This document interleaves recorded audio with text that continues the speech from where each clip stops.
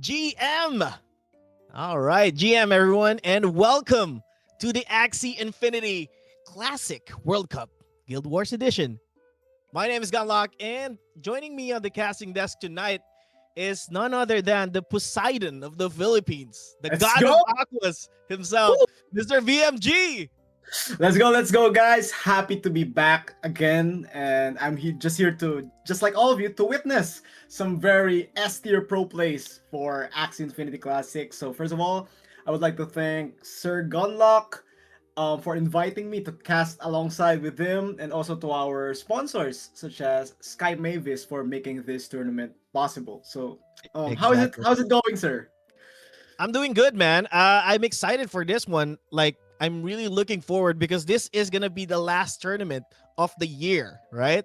So this is gonna be the top four guilds that made it and has two representatives each. And let's talk about the tournament format, VMG. Like, what does that look like right now? Let's go, guys. So currently, the tournament format is we will 8 guilds have been invited to from the classic competitive circuit to participate in this tournament. For each guild, 10 axes are required to be submitted by each guilds. During the tournament phase, 3 of those 10 axes will be banned from their by their opposing by their opponent, and gears and artifacts are allowed with no cap. Part limit rule would be number 2. No two axes should have the same 4 classic parts, regardless of class and card level. Personally, I like this additional rule because some guilds have like abused the banning phase by just placing multiple Yeah, clones of axes. Also, we've this will seen that. be, yeah, we've seen it before, especially Chan. Shout out to Chan. This will be a double elimination with seeding with their final ranks. Seeding is first versus 8th, second versus 7th, third versus 6th, and fourth versus 5th. But currently, we are now down to the final 4 guilds in the tournament. Winning condition: the first guild to secure victories from each of its members wins the match. Upper bracket finalists have twice to beat advantage. Very nice. Exactly. Now, it's really interesting because you said top 8 guilds. However, the top 8 guilds are actually just composed of 4 guilds because only 4 were able to put up a good fight during the previous season, and at the same time the qualifiers 2 weeks ago. So we had 4 guilds. Now, can we take a look at what the bracket looks like right now? Because as far as I know, one of those guilds unfortunately had to exit early. So let's take a look at the bracket and see what's going on here. All right. Let's go. Okay. So, Oh. ooh, okay.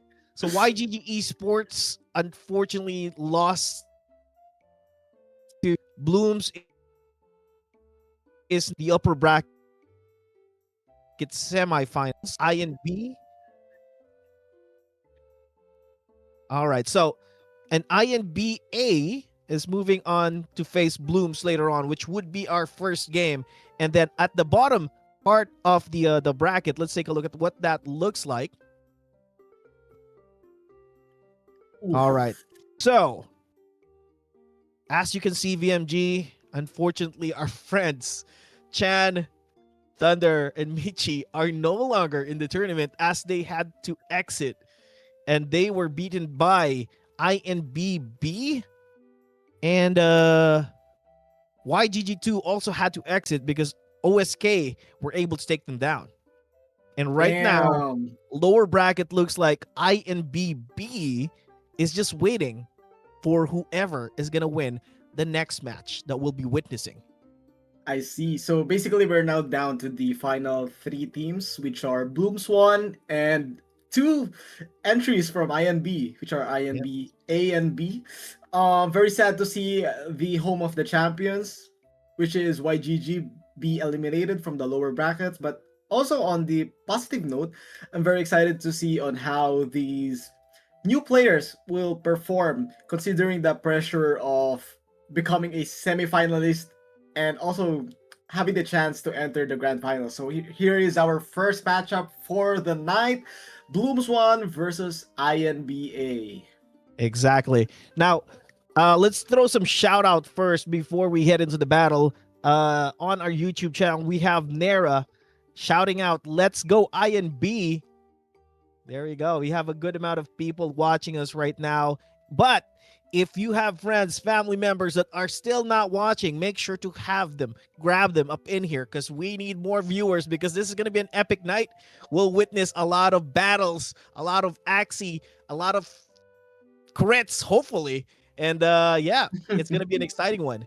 Agree, guys. Don't forget to share the link of our live stream. Share it on your Discord, your group chat. Share it with your friends because Axie Infinity is ending the year with a bang, and this is going to be the largest tournament for Axie Classic for the year. So I'm very Yeah, excited we to actually see. somewhat skipped that part because if you guys are not aware, the prize pool for this tournament is going to be 12,500 AXS.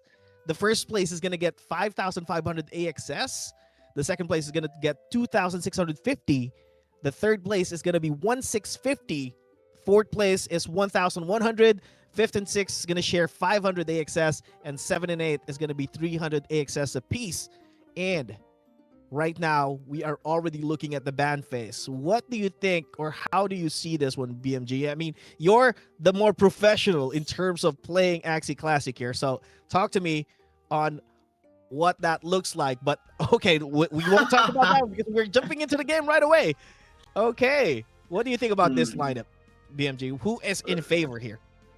Let's go. As an Aqua user, I tend to be more biased with the Aqua types of Axies, but I can see a pretty even matchup between these two teams.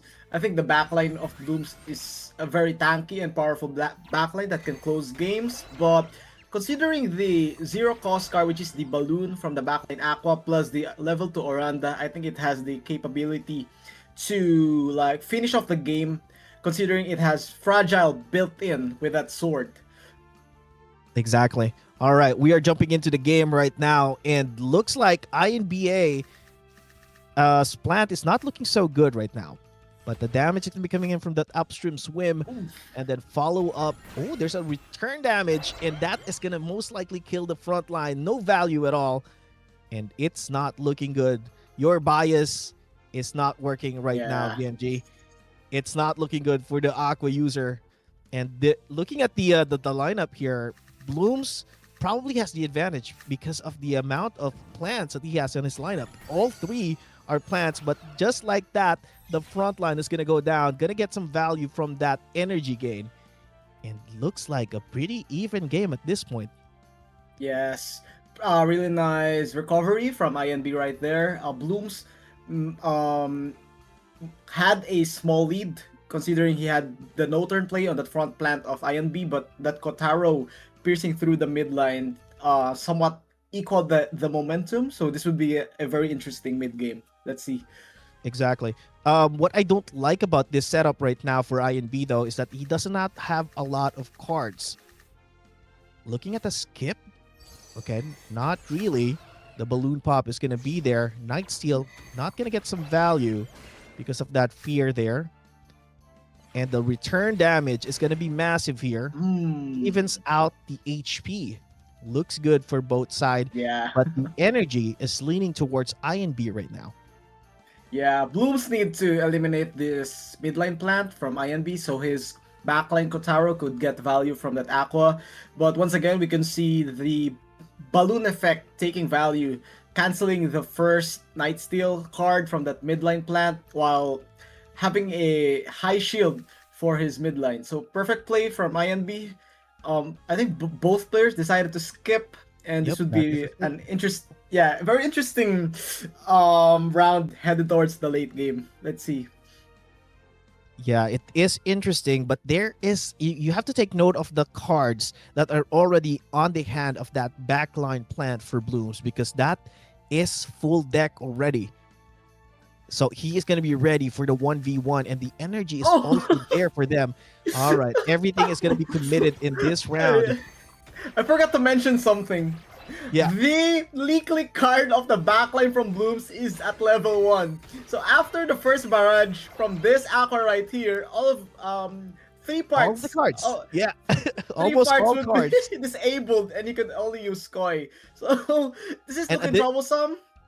and an additional problem that he has here is that the artifact that they have are both plants. That means it's not gonna be any of help for him. But here we go. The damage is gonna start to come in. Piercing sound is gonna deal a lot Beautiful. of damage. However, there is. Oh, hang on. Oh wait, he can skip. He can Oh skip. my god. Just skip, bro. Only 2 energies. You could let him use the double Kotaro and you could finish the game. Well played But from my the problem is that's a level Why? 2 pencil, right? Oh no! He actually What? moved. Actually, he gets the Oh, kill the damage still. is enough, though. Yeah. The level 2 koi was the determining factor Yeah, there. level 2. A lot of damage from that level 2.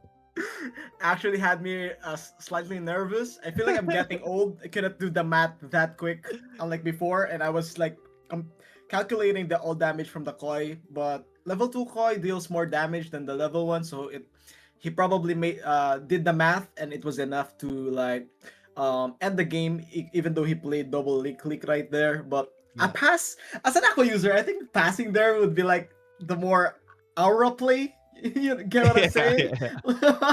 Sir Manny GS in the chat is asking what happened to YGG. Unfortunately, it didn't go so well from our friends at YGG. They had to take an early exit, and they are no longer in the tournament. They got beaten out on the last, I believe, yesterday. So the first half happened yesterday. The entire day yesterday, we had the tournament run, and unfortunately, they weren't able to clean out and get out of the losers bracket. And that is why we're looking at the teams right now. Let's take a look at the bracket again, who are playing, and so that we can just have an idea or give the viewers an idea of what it looks like as of the moment. So it's Blooms versus INB right now. That's what we're watching. And then the lower bracket is where we can see the exit that happened for YGG. Let's open up the lower bracket real quick. All right, there we go. So OSK was the one that beat YGG2, and then YGG1 was beaten by INB, the second team for INB. So it's going to be an OSK versus INB, and unfortunately, OSK wasn't able to make it out of that stage as well because INB2 is the one waiting. Now, this is really an interesting one, VMG, because we are looking at a potential INB to INB finals or INB to INB semifinals. So yeah. we're not sure yet how it's going to play out because we are still going to watch the next game. I'm not sure if the game is already started, but we can take a look at the banning phase again and see what are the options here. We weren't able to talk about that earlier, so let's take a look at what's going on here. Okay, so Let's go. So what I'm seeing right here is both players kind of fear the level 2 teal shell backline. So Yep. as you can see, guys, there are a total of 3 teal shell Axies, and all of them were banned between the two teams. So they don't want to face that kind of backline since I think it has like a 300 shield. It was already nerfed, but 300 shield once it is the last Axis standing.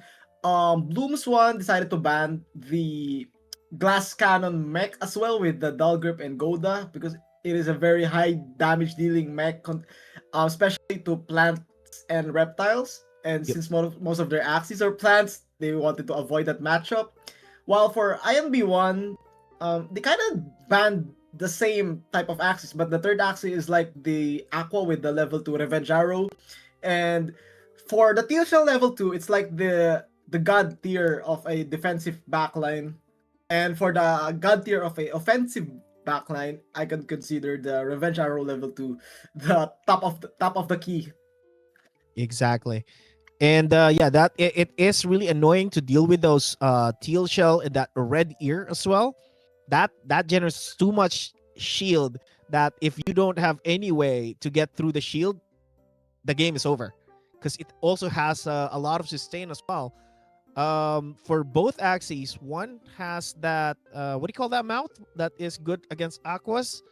That I forgot the name of that mouth of that second Why axis. so serious? Yeah, Why? why so serious? Yeah. Because that that has a lot of damage against aquas. At the same time, it generates the HP back, and then even that swallow mouth for the middle axis, or the second to the left, the second axis to the left for I and BS is also annoying, and it's pretty much the same on the side of Blooms. So it's really gonna be an interesting one. What are your prediction here, VMG? Like, what are we looking at, or what kind of adjustments do they need to have, or Blooms need to make, so that they can take the win back? Mm, I think I saw the idea from their first game lineup. I saw the vision that once the leak takes effect, it could disable three parts from the opposing Aqua. Yep.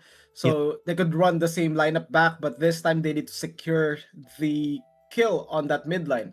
Because the only reason they lost was because the backline plant faced a 2v1, which Yep. is very unfortunate for him.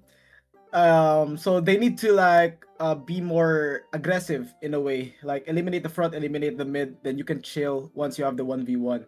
Or Exactly.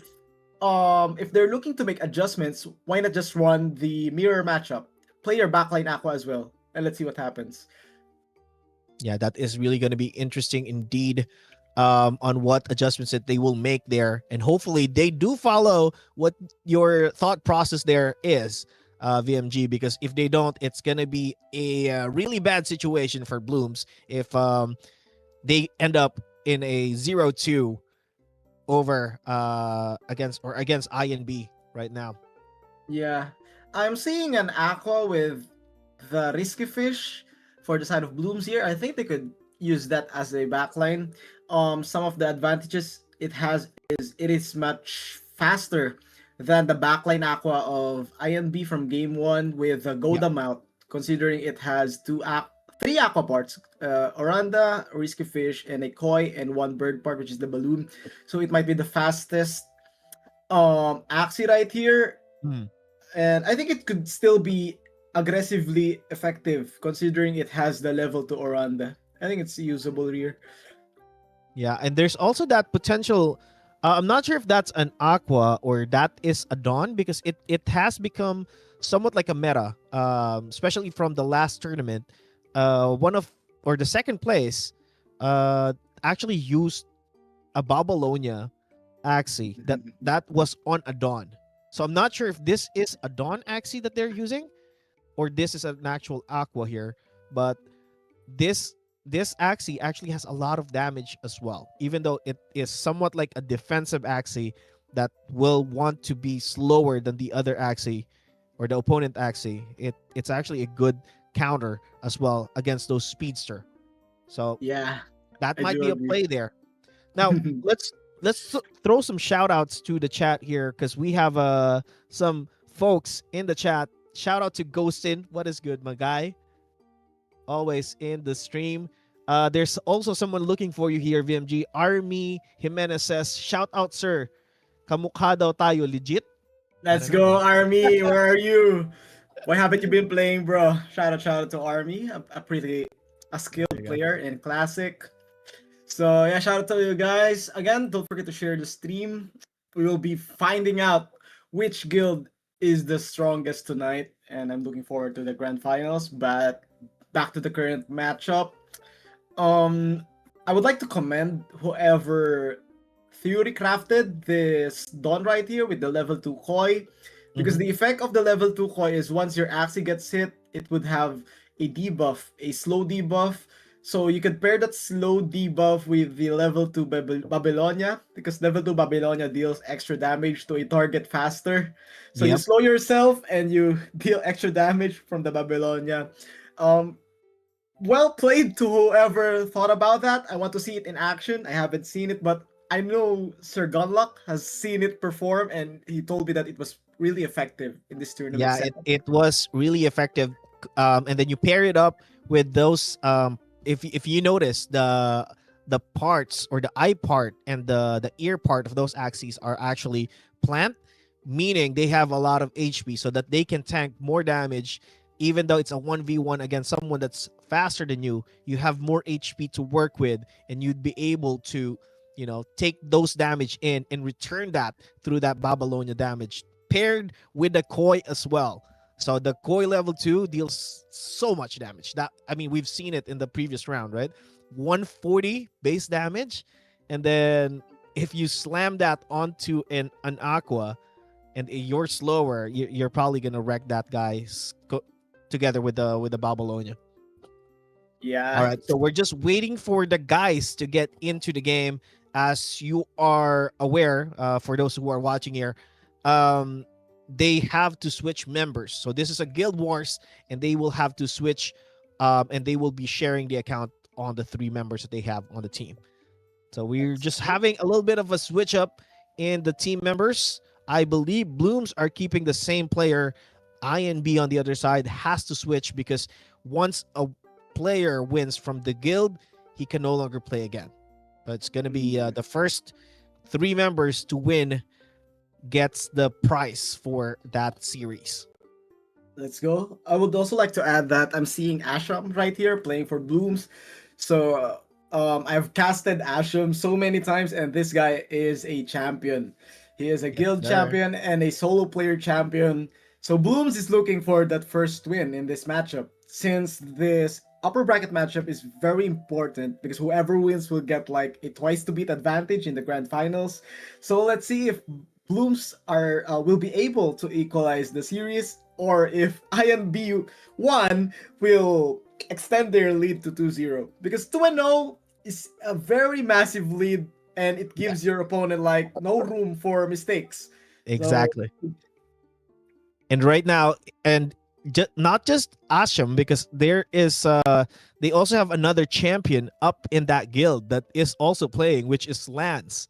Lance actually was the champion and has played the solo version, uh I believe last week. So these are folks that have been in the grind, that have faced each other most likely in the arena, and at the same time face them in competitive matches. So pressure, I don't think that they feel it at any level, but the jitters sometimes comes in. So we will see. We will see how these champions perform. And right now, okay, this looks let's like go. I love the adjustment. They picked the fastest Aqua. They exact. predicted a mirror matchup Aqua, and they wanted to get the speed advantage on the 1v1. So this is a pretty nice adjustment from Blooms. But it's still Axie, guys. Anything can happen. Whoever clears the first two plants gets the advantage. Let's go. All right. Shout out to Axie Calix. Shout out from Australia. What is good, sir? Thank you for watching tonight. Get your friends up in here. Get everyone. Let's pump this number. I don't like the numbers that we are on right now. Maybe we can get it to 50 viewers. Come on, guys. Share it in your Discord. But right now, we are already in the game. INB slight advantage or no disadvantage in terms of the HP. Looks like a skip from both parts. And they're just going to keep on the card stacking and the energy as well. Really nice plays from both players. I think I'm seeing a level 2 Night Steal from Blooms right here.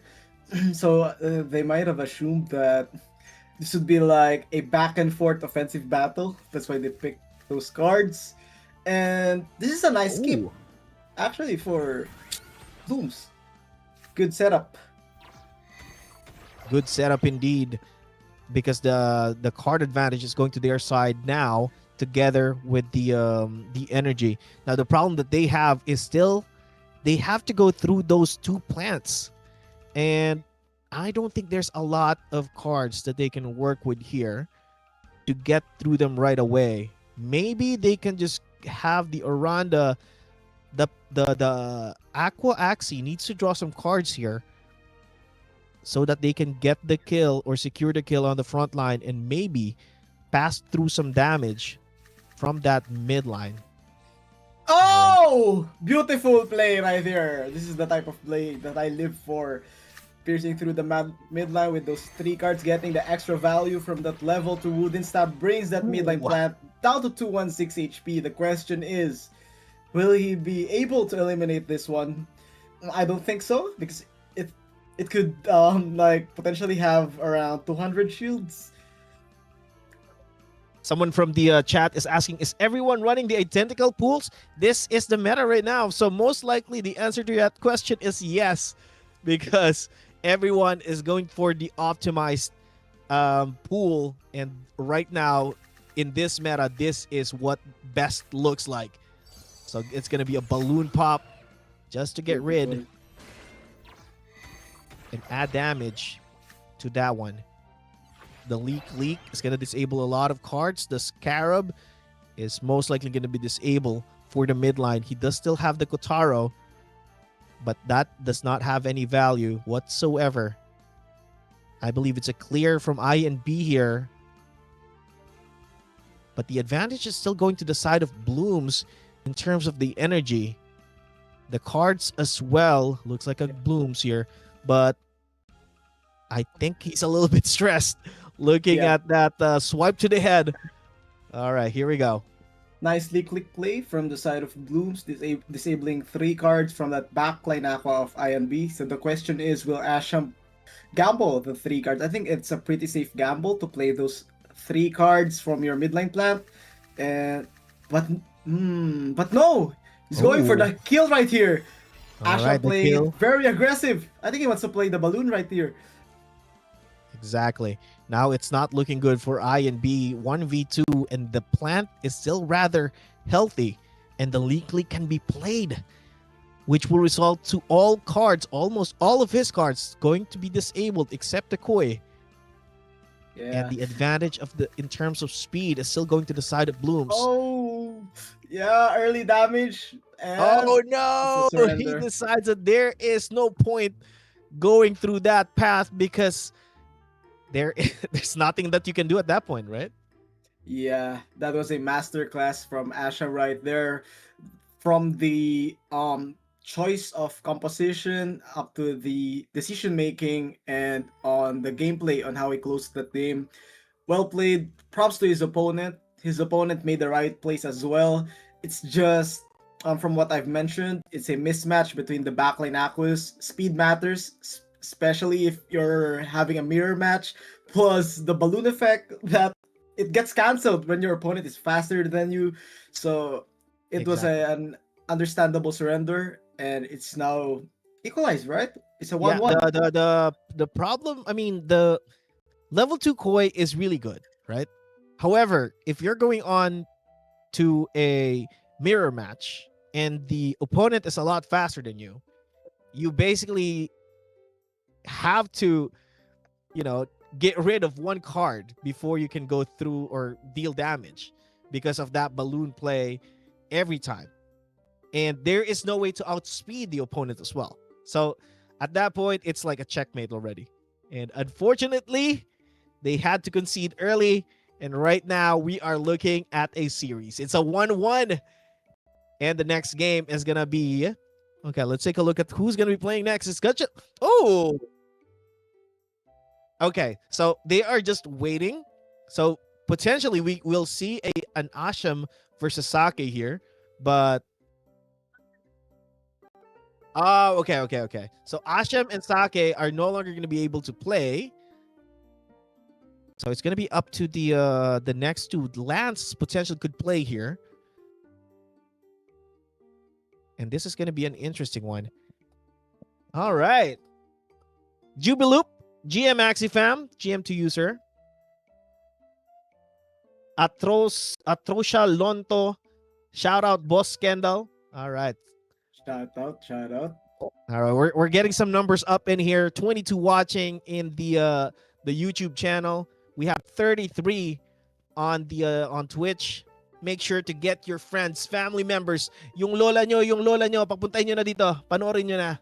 And let's get the party started. And let's get some games going.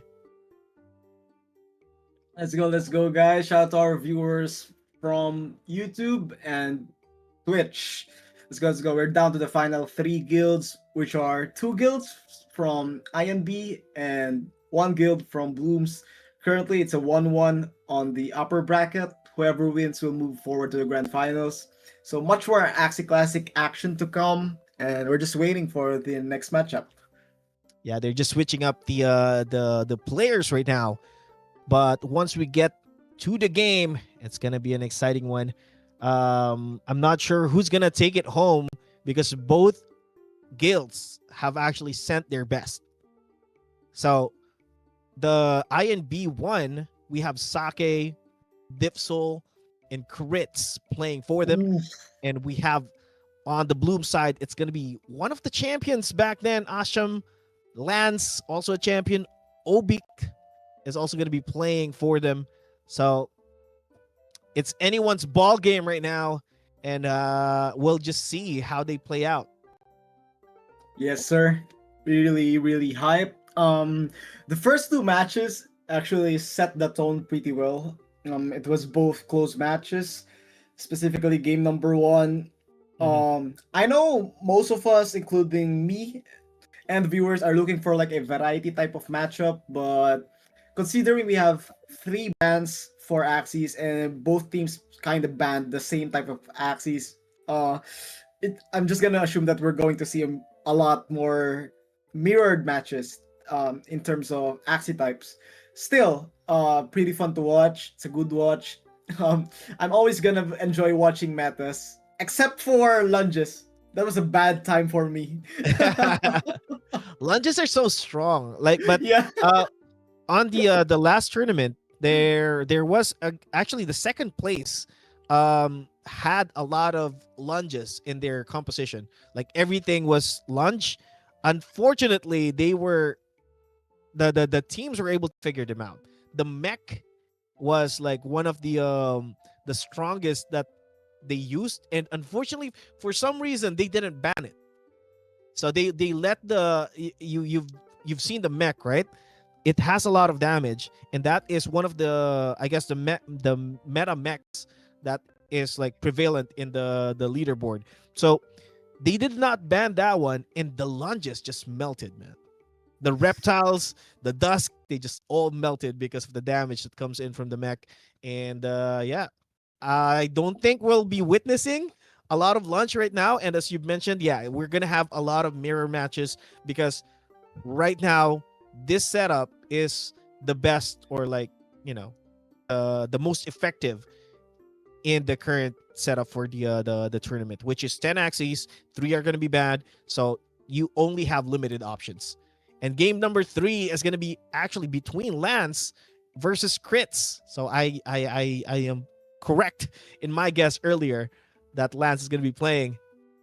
So we can actually, let's take a look at the pool again, and let's try to predict what they're going to be playing. Let's go. And here we go. The score is 1-1. We're seeing like 4 plants, 2 aquas, and 1 dawn for side of blooms. And actually both. They have the same Axie pool. Yeah, exactly. And hang on. This is something interesting. Is Blooms in one place right now? I think It they looks are like, actually. yeah, it looks like they have a boot camp. Oh my god! I love it. I love it.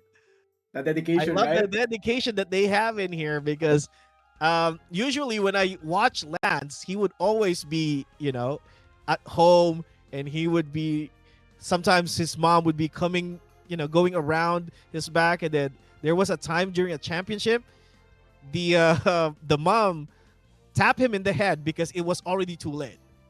So and he actually won that championship. So that was really funny. But right now they are, I guess, in a boot camp of some sort. That is really nice.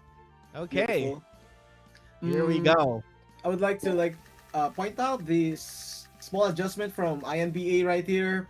Previously, their mid-lane plant had a level 1 wooden stab, so basically it has more shield but less damage. Now they went back to level 2 wooden stab. They saw the value of the level 2 wooden stab for the side of blooms, and they wanted to replicate that.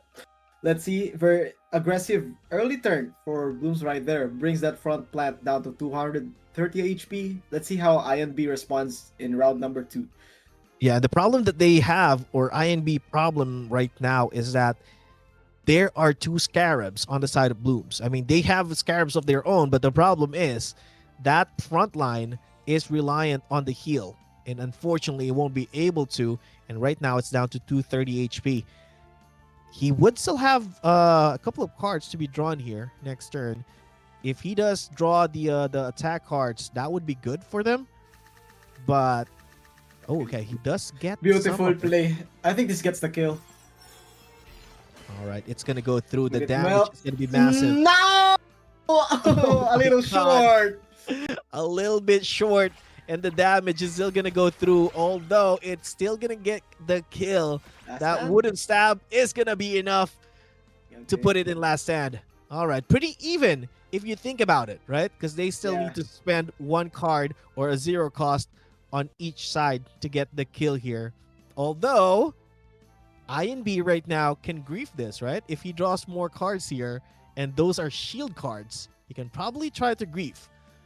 But is that a good play? I don't know. I think it's a good play considering it already has 2 cards. So this current scenario is an advantage for INB. Oh no, it doesn't Ah, draw anything though, but it's gonna be a zero cost on each side to get rid of the front line. Game is pretty even. Energy is pretty even. HP is and everything else is pretty even. But who is Except gonna for the get? card count. Look at the card count. Yeah, Blooms right now. Lance was just too aggressive with this. He just went all out, and unfortunately, that ended up not having a lot of cards in this scenario. 2v2. Who's gonna take it? Chat. Blooms Pampanga Resort. Let's freaking go. Shout out to Bloom Squad and Oh! Roman Samaniego. Ang Good harang pass. sa Pasig. All right. What happened there, VMG? Why did you shout? Beautiful pass for the side of INB. Pretty calculated, but if the speed chart doesn't adjust, I think Blooms can still play the midline plant. He has room to play the midline plant right here. Let's see if the speed chart moves, considering the damage from the leak. All right, not looking good in terms of the cards for Blooms here. He needs to draw more cards on that midline plant if he wants it to survive. Because the damage from that Aqua in the backline for INB is going to be massive. All right, here we go. Oranda and the piercing sound is going to deal so much damage here. And the follow-up from the midline would most likely be enough. Okay. Kutaro is just there to finish it off just in case. Oh no. This in does trouble. not look good for Lance. How do you dance around this one, VMG? I would press the settings. So it was a good try for Lance right there. I really like the early game aggression on which he tried to make a no-turn play on that front line. Unfortunately, he was unable to finish it. And the card draws plus the decision making was perfect for the side of INB. It was a really nice pass. Lance played a single leak, damaging the mid lane plant, giving it the speed advantage, not allowing Lance to get any value Oh from my his God. mid line. So perfect play. Yeah, it does not look good for Lance right now because everything, all the cards that he has is already disabled, and next turn he's gonna go last because of that koi usage, and he does not even get the kill on the midline plant. Really unfortunate stuff. The shield up from that midline was enough to get him down to 70 HP and be able to live through that damage. And everything is disabled aside from that. Boom! Oh my god, that is a lot of damage. The fishhook is not even gonna be enough to kill it. And yes, I don't think there is any way to win this one, Lance. The fishhook is gonna be there. The Oranda and the upstream swim not gonna be needed either. And GG's. Well And there played, you go. INB. Yeah. Game number 3 is gonna go to the side of INB. Bloom's looking primed earlier. They had a clean run on the bracket. Unfortunately, it's not looking good right now. 2-1. One game advantage on the side of INB, and most likely might be able to take the win here. But regardless if Blooms does go down, they still have a chance to fight off the second INB team. So the it's not a do or die yet, but it would be good for them to actually get the advantage, because they need to be, if they win this one, they will have the advantage and they will have twice to beat over the whoever is going to be representing INB. So someone from the chat is asking, is this a Saiyan 33? No, it's not the SEA Games, sir. Hopefully one day Axie can be part of the SEA Games, you know? That would be nice, right? And shout out to the 37 viewers that we have on Twitch. What is good, guys? I hope you guys are enjoying this one. And if you are, make sure to invite your friends, your family, everyone that is interested in watching Axie Games, because we need more of you to cheer for the guilds here. Right now, Let's go. Blooms need some cheering. All right? You need to cheer for Blooms, guys, because they need the win. Lance is not looking good based on the replay here. He was not too happy with that 2v1 situation because it was rough. It was rough at that point when he was slowed down and all the cards were disabled. And then the fish hook was not even enough to kill the plant. So share the stream. Let me go ahead and share this one to Axie groups or communities that are interested in watching as well, so we can get more people up in here. Let's go, guys. Don't forget to share the stream. We're just warming up for the night. This is the first matchup. Currently INB has the lead, a 2-1 lead, one victory away from moving to the grand finals. Their players have shown great composure. I really like the pass on that mid round. Lance was down entering the mid rounds, but he still had a small chance to equalize or regain momentum.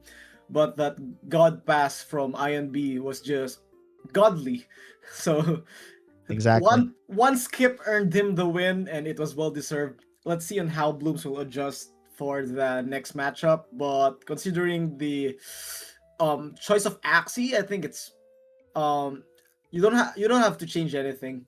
Just make the best plays possible. Yeah, I think the over aggression as well was what cost Lance that game.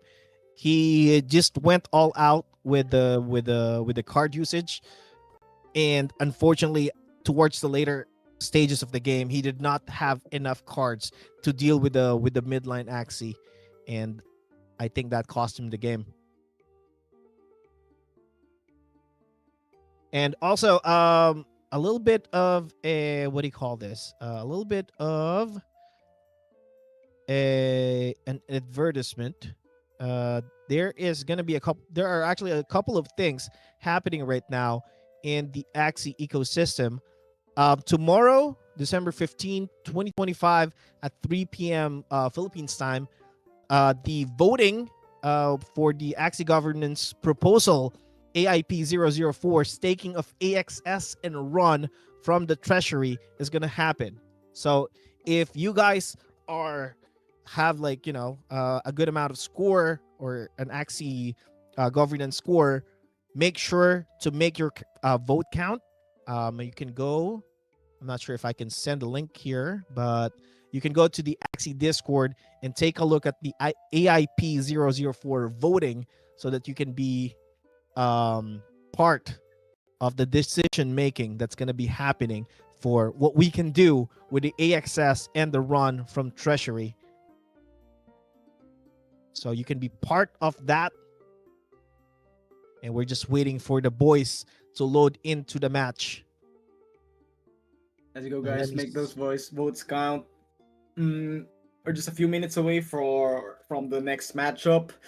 Both players currently making the adjustment. INB has the chance to close this series right here, and Blooms won't allow them to end it this easily. So I'm looking forward for a game number 5. Yeah, But I want a currently, comeback here. I want a yeah, comeback. comeback sounds nice. Last player for INB would be Diffsul, another Axie Classic veteran. Mhm. And for Blooms, they still have 2 players that can play, and they haven't announced it yet on who will play for game number 4. But let's see. Exactly. And Champy Axie in the chat says, "Go Blooms!" All right, let's go Blooms. Let's go. They need the cheer, guys. Choco on the other side on the YouTube channel, Choco INB says, "Let's go INB." All right. So we have a couple of guys cheering for Blooms and some guys cheering for INB. I like it. I like it. Go, let's go. I want to see like 6 plants, a 3 plant mirror match between 2 teams, and just play the most amount of damage every round. So it would be like a luck roulette battle. Yeah, that would be nice. That would be nice to watch. All right, I'm just sharing the stream as well. Make sure to, for you guys that are watching, if you have communities that are interested in watching Axie Classic, make sure to have them tune in here as well. Nerao says, "Let's go." Shout out from Pampanga. Dec Villanueva, #1 manager, Bloom Squad. Oh, okay. So they are in Pampanga right now. Let's go, Nerao. Nerao, comeback when? When indeed.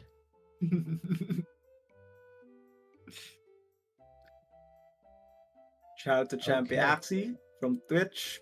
Shout out to Choco INB, Sapporo644, Nerao, the Ochiko, and Michaelenly from YouTube. Let's go, guys. All right. Slim also shared the Axie pool on the Twitch chat. So if you're interested in watching or checking out what they have brought into the table, but right now we're gonna be jumping into game number 4, Bloom Squad versus INB. I'm not sure if you guys are familiar with what INB stands for, but it's actually Itlog ni Batman. So Itlog the Batman #1 is gonna be represented by our friends here. All right, Bloom Squad. What are you going to be playing? Oof. And here we go. Damage all the way. Being aggressive. They are not taking their foot off the pedal here. They're just going to go aggressive all in. But that is going to go to the side of I and B still. Damage coming in from that plant is too much. That upgraded rice, even though it's not chained, the damage 120, I believe, from the level 1 level 90 damage is just too much for that front plant from Blooms. Yeah. I think level 2 Knight still is much more optimized, specifically at this matchup where both players are just going to fire. So Lance is going to make the same play right here, and it will have the same result, unable to burst down that front line. But that's a nice balloon effect though, negating the 1 card, so both plant axes survive. Exactly. He would have wanted it to die already. However, the front plant for I and B was able to draw some shields and unfortunately was able to get some damage or return damage onto the front side. Right now, it's pretty even. 1 card is going to determine the kill for both sides. Now, the question is, if I and B draws more cards for the front line here, is there going to be a play? No, there isn't. The leak is going to be enough to kill the front line. And right now, 3 to 4 is the energy. We're looking at the same problem as what Lance had earlier. Card management. But the cards for the midline, though, is looking good. But the problem that he has is on the backside Aqua. Even though it's faster, it does not have a lot of cards right now. Interesting. How do you play around this, VMG? It's going to be difficult for the side of Blooms because that was a wonderful pass from INB right there, making a setup play.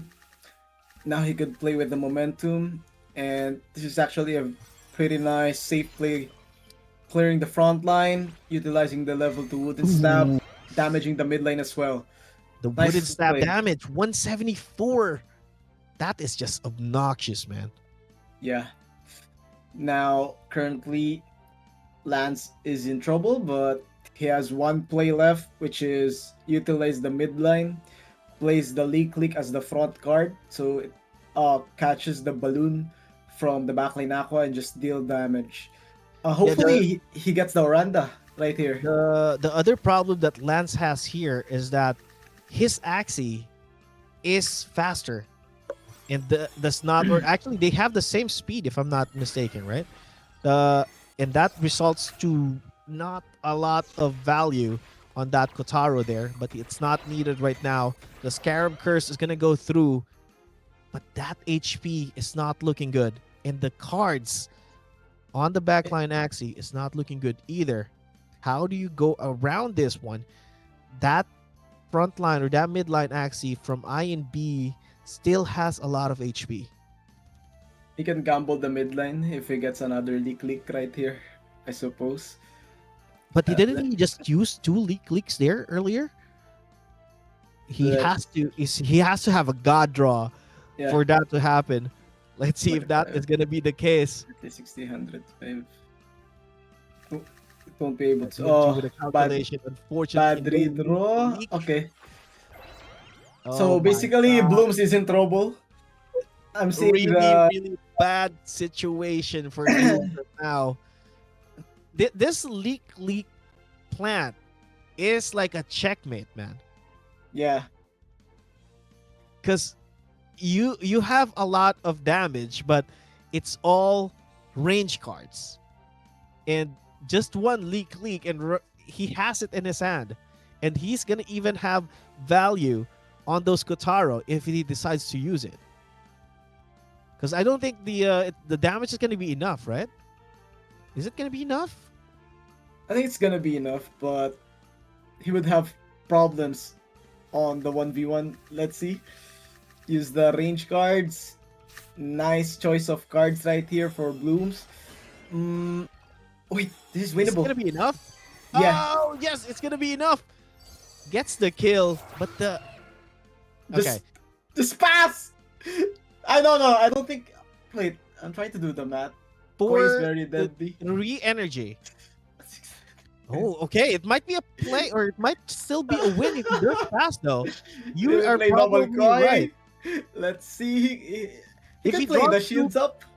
if he draws the two damage cards, he can use it, right? Yeah. Or no, he needs to pass because he is in fear. Ah, tough This is a close situation, Phil. match. Yeah, very, very close match. It all comes down to decision making for both players. INB had the lead, but that was a nice play from Blooms using the Ooh. range cards. Oh no! Oh! He got outplayed! Oh my He God! used the Koi! He used the Ah! koi and is gonna be slowed down, and that means I and B is gonna be faster, and that is a GG. Oh my God! Oh my God. Why? Imagine if you He could didn't have use used other that cards, card. right? He had other cards in his hands. Oh my God!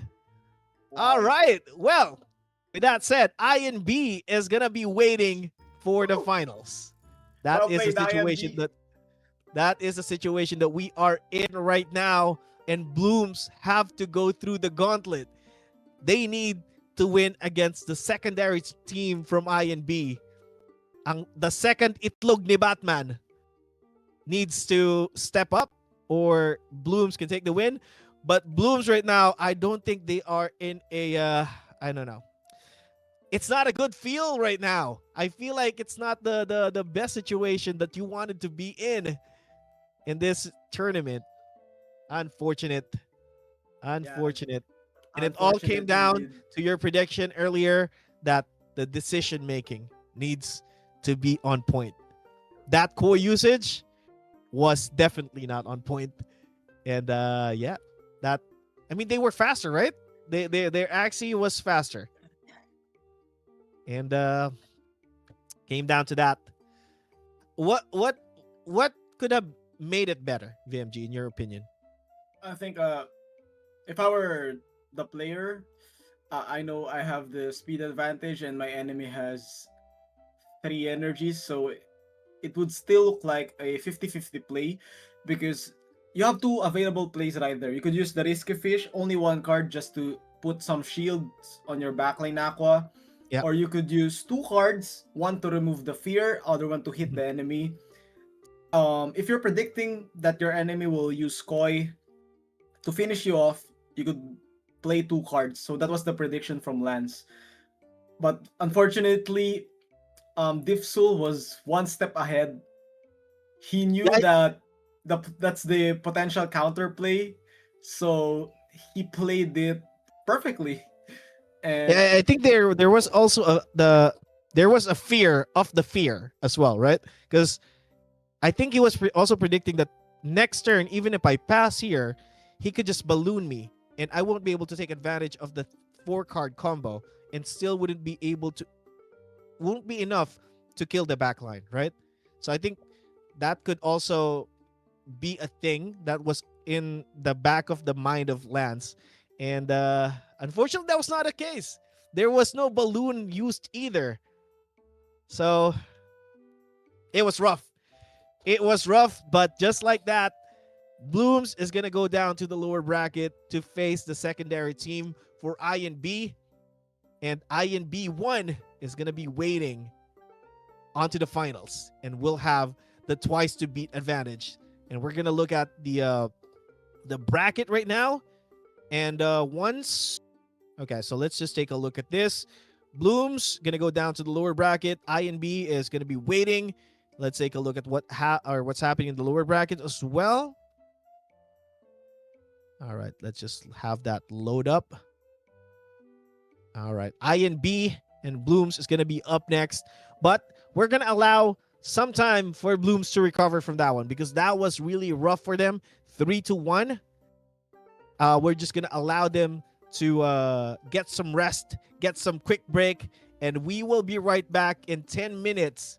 So make sure to get your friends and family members once we get back because it's going to be an action again. It's going to be Blooms versus the secondary team of INB, and we're going to have a quick 10-minute break.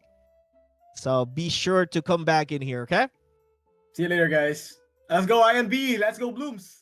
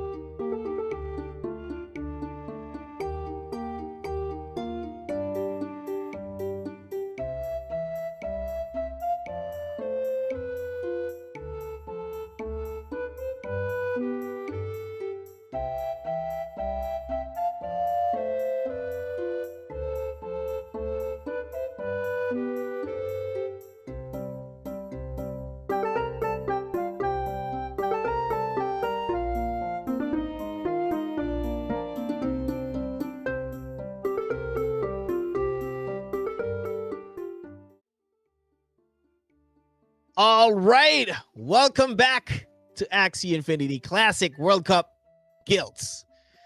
And it's going to be, again, the same team that unfortunately lost earlier up against the secondary squad of Itlog ni Batman. Or we can say, pangalawang Itlog ni Batman, ang lalaban Let's go, against second Bloom. egg.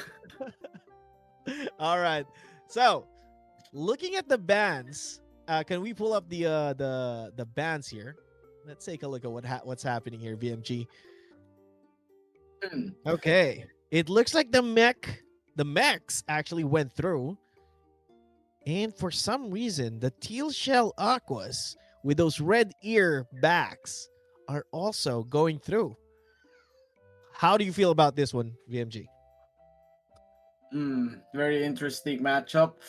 I think a counter ban is what took place from what I'm Mhm. seeing.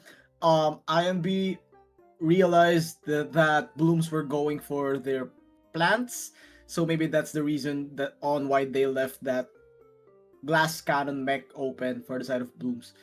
Um, Very interesting strategy here for the side of blooms on Mhm. how on why they opened the Till Shell Slippery Shield Dawns right here. Maybe they're planning to play a backline plant with a level 2 Scarab. We'll never know, but interesting nevertheless. So, do you think it's gonna be a blood moon play? Is Blooms looking for a blood moon here? Because I think that's the only play that you can make against those teal shell aquas, right? Or that even that's actually a teal shell dawn on the side of I and B. So that's Yeah. really gonna be interesting. And we Aba. also see a mech on both sides here. I don't think they're gonna be played though, but it can be a pivot for I and B if they choose to,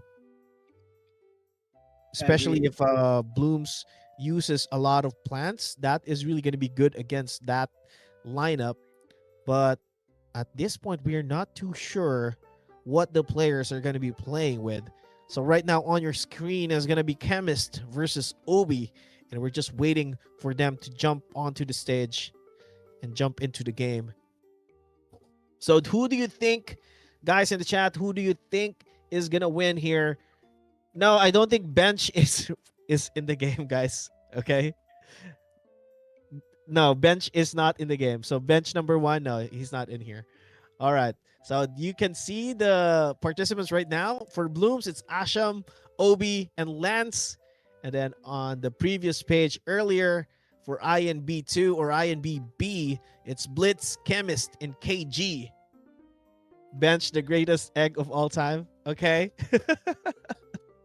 You guys are memeing bench so much, guys. All right. Let's go. And here we go, back to the ball game. Blooms getting their second chance here at the lower brackets, facing off against INB number 2. Also, would like to give a shout out to the players of INB 2 as they went on a tear during that lower bracket run. They're actually at the first stage of the lower brackets and have managed to beat, I think, 4 teams already. So they have a good momentum heading towards this matchup right here. So let's see if they will be crowned as the king of the lower brackets once they complete this run. Yeah, that's really going to be interesting. So this is how the lower bracket looks like on the perspective of INB2. They went against OSK. They 3-0 them. They also went against with the YGG Esports. This is the main YGG team, by the way. This had Chan. This had Thunder. And unfortunately, they were not able to make it through because INB2 was really, really strong. The names on these teams or on this secondary guild, I'm not really familiar with them, so they are really new to me, but they are proving themselves worthy of this spot right now because they have beaten like big names in the league. So this is really a good run, as you mentioned, VMG, and they have a good momentum here coming into this match because Blooms right now, I don't think they were too happy with the results that happened earlier with INB1. So they need to pick themselves up after that series because they are going to be facing the secondary team that is supposedly the weaker of the two teams, because based on the performance of both I and B's, the I and B one seems to be at a better situation, and they are now waiting in the finals. So we will see how Blooms perform versus the secondary team of I and B, and hopefully they do better. And yes, shout out to Fendriv saying, "Good job, guys." Yes, sir. We're doing a good job indeed. And onto the side of YouTube, shout out to Choco INB. Shout out to Jason, Ivan. Shout out to Kayawaan. And shout out to everyone that is in the chat right now. Chan is also in the chat. Shout out to you, Mr. Chan. What happened?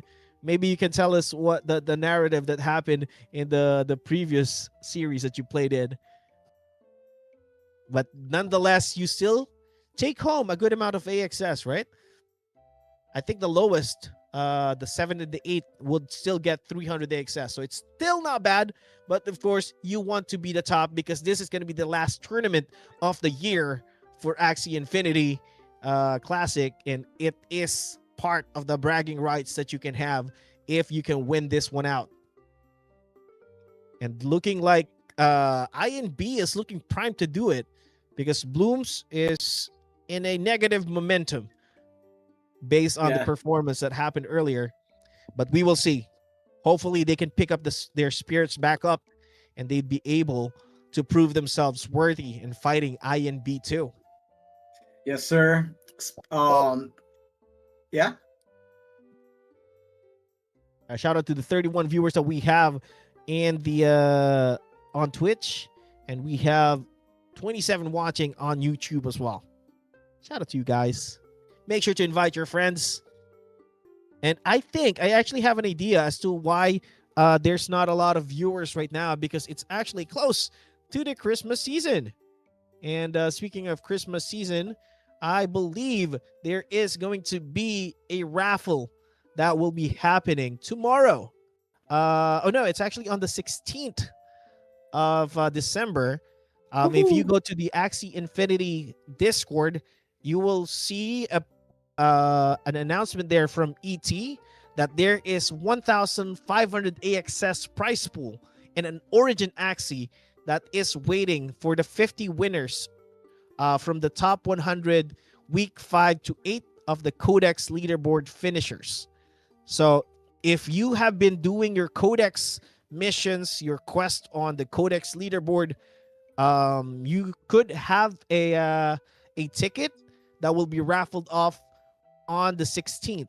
So watch out for that one, and you can check the eligibility of your wallet, because they have posted a link that will show you the if your wallet is eligible for the raffle. So check that out. If you guys have been grinding the Codex leaderboard, your wallet should be there. But if not, then unfortunately for you, because we are going to be jumping onto the game, the Teal Shell Aqua is going to make its way, and the Hero's Bane is going to be used. Piercing Sound is going to go through as well, together with the balloon that will put that Axie in fear. No worries though, because it's the mech that's going to be moving this one out. The Night Steel is also going to connect, but there is not going to be a lot of damage because that is an Aqua frontline, and those beast damage don't deal so much damage towards that Aqua. All right, Blooms in the advantage here. Not going to stop attacking. They're just going to continue. The upstream swim as well is going to be used, 141. And the mech is now exposed. Not looking good for the side of I and B. You don't want that mech exposed, because once that happens, we have two Aquas on the side of Blooms. Let's go. Right. Pretty nice choice of composition for Blooms right here. They predicted the opposing team playing double Aqua, so they slightly predicted the mech in play right here. I think the backline Teal Shell was easy to predict, but the midline mech was a bit harder. So playing double Aqua is well, gave them the early advantage. Now it's all about closing the game right here on how they manage the cards and how they utilize the mid lane. Yeah, Let's and the see. problem on that last turn for I and B was that the mech did not draw any cards. And unfortunately only had one card, which is that hero, and this does not deal any damage at all. And right now, since it's exposed, he's not going to be using anything there, and that mech is going to go down. 2v1 situation, leaning onto the side of Blooms. 3 to 7 is the energy though, and this Aqua on the backline for ING has a lot of sustain. But the problem is there is a Scarab from the side of Blooms that will prevent those healing. Let's see if those are going to be utilized. That is going to be the situation there. Balloon is going to be used.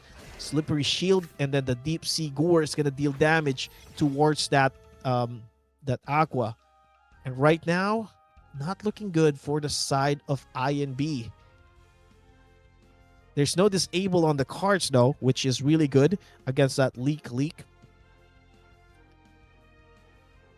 So what is the So option here for INB? I think he's just gonna chill, right? Just continue to sustain and just I think use it's three going for cards the, every time. yeah, it's going for the kill right here, trying, but this won't be Ooh. enough. Oh, Oh, perfect math right there. actually, Yeah. So actually, this it was really calculated at that point. All right, 1v1 situation. The Aqua for Blooms is faster. He does have the balloon here, but how do you get through that 1 billion shields, man? I don't see a world where Blooms would be able to pop that shield with that to Axie go. there. Oranda burning the Okay, shield. there we go. Deals the damage. Ooh, okay. Decent damage there. A good amount of chunk. The Swallow is going to sustain it, though. Now it's Hang on. just a matter of card draw Is for the the side. Swallow level 2?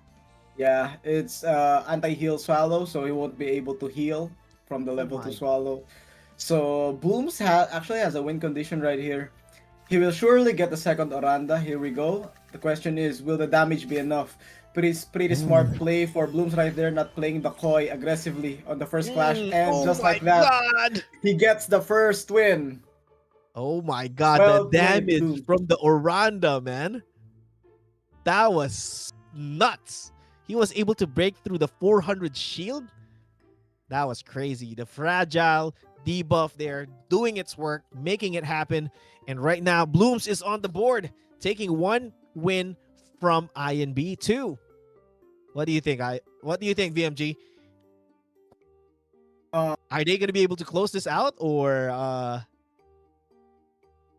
think do it you was think a that? very nice collective effort for the side of Blooms.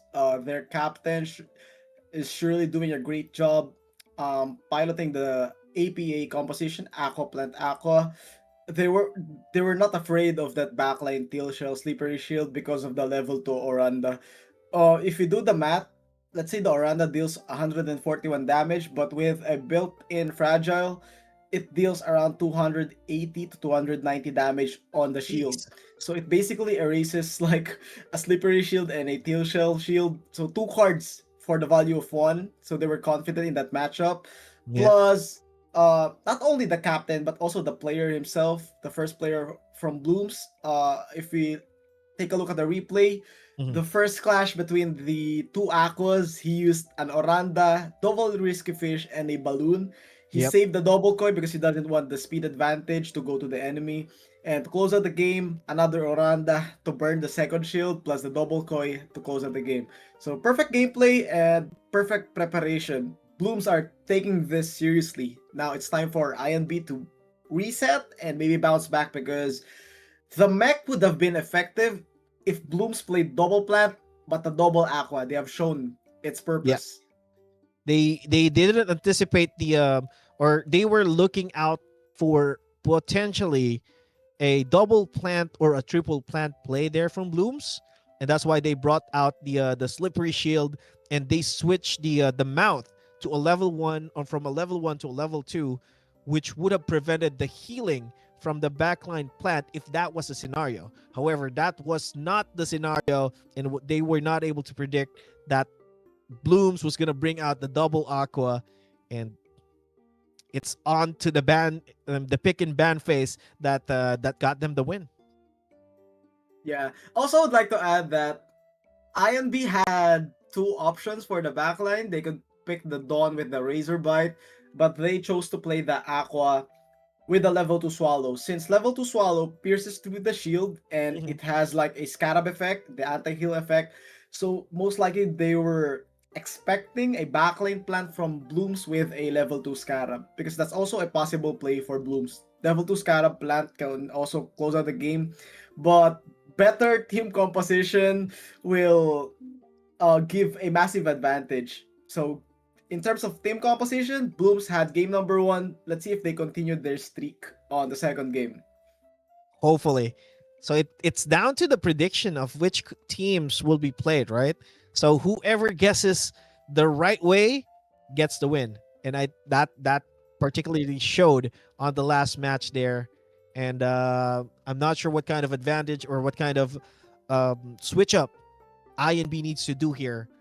I think they need to not overcommit onto the idea that there's going to be a plant backline for Blooms, because based on the previous match as well, I mean, they like their aquas, right? They like playing with their aquas.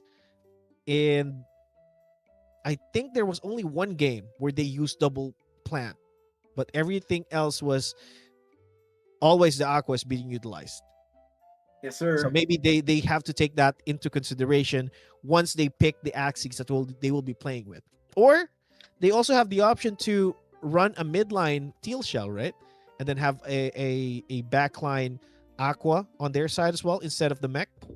But again, you run the risk, if with that setup, you run the risk of having the problem dealing with the triple plant or a double plant composition coming in from Blooms. So there's a lot of things that you need to think about coming into this game, and that is what, even though we're looking at a composition or an Axie pool that is pretty much similar to one another, you also have to think about what the other team would be playing with. So there's a lot of guessing game coming into play. Yeah.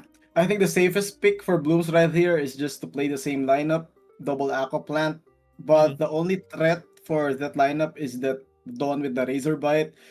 It will be pretty risky for INB to commit into that backline Dawn, because once Bloom switch it up with a different backline, that Razor Bite would have a hard time being effective, because a plant with a Scarab can outheal this Dawn onto the Blood Moon.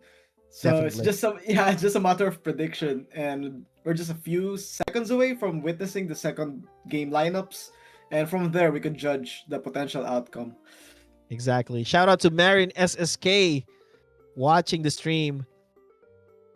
Someone is saying VMG shout out Musi Bench July Salad. Shout out to Otaki One and Bench when come back. We don't know, man. Maybe it's time for these guys, for the OGs to come back into the game. All right. Exciting matches that we have for you guys tonight. And there are also, as I mentioned earlier, there are also a lot of things happening in the Axie ecosystem as well.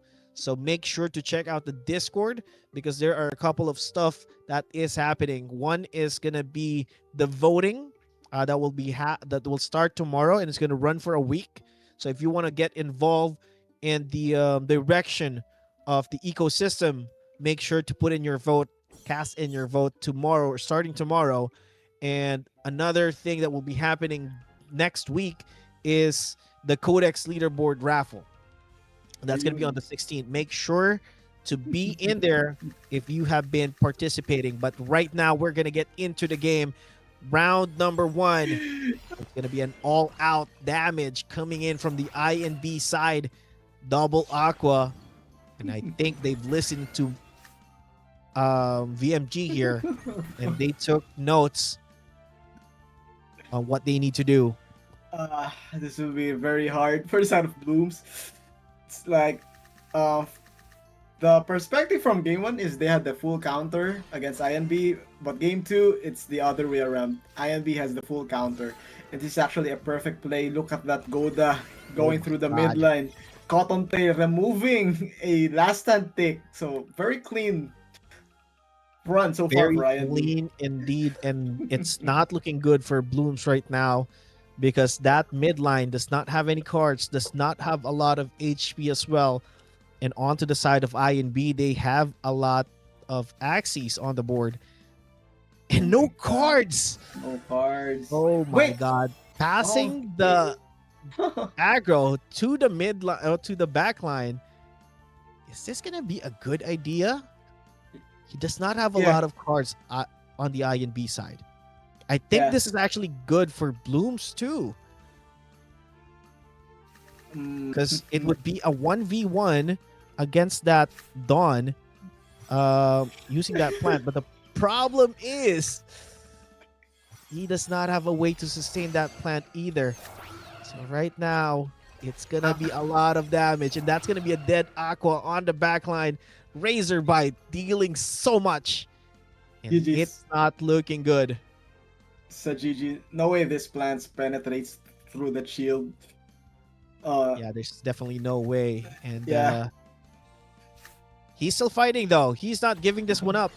The upstream swim gonna deal a lot of damage. There's no way to sustain. If he had the Scarab level 2, it would have been better. Yeah. Yeah. Ooh, I agree. If it had the Scarab level 2, a 1v2 potential would be pretty much possible. But being unable to damage the backline plus having no heals for yourself, it's going to be hard. I mean, not just hard, impossible.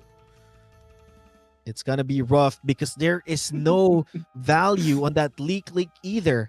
There are no range card on GG. the INB side. He's still playing this one. 5-5 is the energy. He's not giving up on this. Very nice read for INB. This is one of the, like, from a tactical perspective, this is one of the most difficult things in playing in a tournament. Uh, we can assume that all of these players are pretty much skilled in the gameplay itself, but this is where like the IGL or the captain impact takes place. Exactly. Yeah, look Reading at the that shield, composition. Oh my God. 411. How do you How do you penetrate that? deal damage? How do you kill it? I don't know. You have to pray that he runs out of cards. Yeah. Oh my god, look at the artifact play as well. Artifact Boom, play is coming in boom, hot. boom. The damage is there, and he just had to turn off his camera because that is the game. ING takes game number 2, and we Oof. are now on a series 1-1. Well Oh my played, god. INB. It both games went down to who had a better read of the composition and using the right Axie or the right composition at the right time. Yeah, I agree. I think INB had the perfect game on that second game, from the choice of axes up to the gameplay itself, where they had maximum value on their front line. Their front plant sustained so much damage, and it was still Mhm. able to play a poofling on the mid line plant, allowing them to eliminate the backline aqua with the level 2 Oranda. So it was just a snowball victory for INB. But let's Yeah, see how Blooms adjusts. there was so much value in that front line. Poofling onto the late stage of the game. Unfortunate for Blooms, but shout out to the 50 viewers that we have in the YouTube channel. Shout out to you guys. What is good? Cheer for your teams that you're supporting. Make sure to make them let them know that you are cheering for them. Type them in the chat if you are cheering for Blooms or if you're cheering for INB2. And right now, Blooms is still in the game, Yeah. but they need to complete this run. They need to take down INB if they want to face the primary team of INB in the finals. If not, they will have to sell for the third, and we are potentially looking at an INB 1 versus INB2 situation in the finals. I don't know how to feel about that one. I mean, guild versus guild, but this is a game of Axie. Anyone can take it. And Jason Ivan says, "Let's go Itlog ni." No, it's not Itlog ni Bench. It's Itlog ni Batman, sir. Let's go, let's go. Also, I would like to congratulate all of these remaining guilds. They have secured like a sure prize of 1,650 AXS. So it all comes down to like multiplying these prizes by winning a series, because the second place will be able to get 2,650 Yeah, AXS and the champion will be able to get 5,500. So five. 1,650 and 5,500, massive Yeah, gap. yeah. So much difference there, man. Like 5,500 US dollars is, I mean, based on the price of AXS right now, that's 5,500 US dollars, which is in Philippines. How much is that? I don't know what the math is, but that's going to be a lot of money. And Blooms, who are, as per sources, are in a resort right now, could really use that 5,500. You get some more drinks or more, more time in the pool for tomorrow. But yeah, they need to step up their game if they want that to happen. So good luck, Blooms, and shout out to 42 viewers. Okay, the numbers are pumping up on Twitch as well, and 58 on YouTube. Shout out to you guys. Nice. Edwinatics, what's up? What's up to you, sir? Let's go, guys. So basically, we have crossed the 100 viewer count for both platforms, which is nice. Keep on All sharing right, the stream, guys. This is currently the lower bracket finals, and whoever wins will be facing the main team of INB on the grand finals. A all potential right. rematch between Blooms and INB1, or like what Sir Gunlock has mentioned, a PvP between the same guilds, INB1 Yeah, and 2. it would be crazy if that happens, right? If it's gonna be Yeah. an INB versus INB match, it's basically them splitting the price pool for everything, like 5,500 plus 2,000 something, 70 or 7,700 something US dollars. That's a lot of cash, bro. That's a lot of cash. And yes, these guilds are still able to, make some dough playing Axie Classic.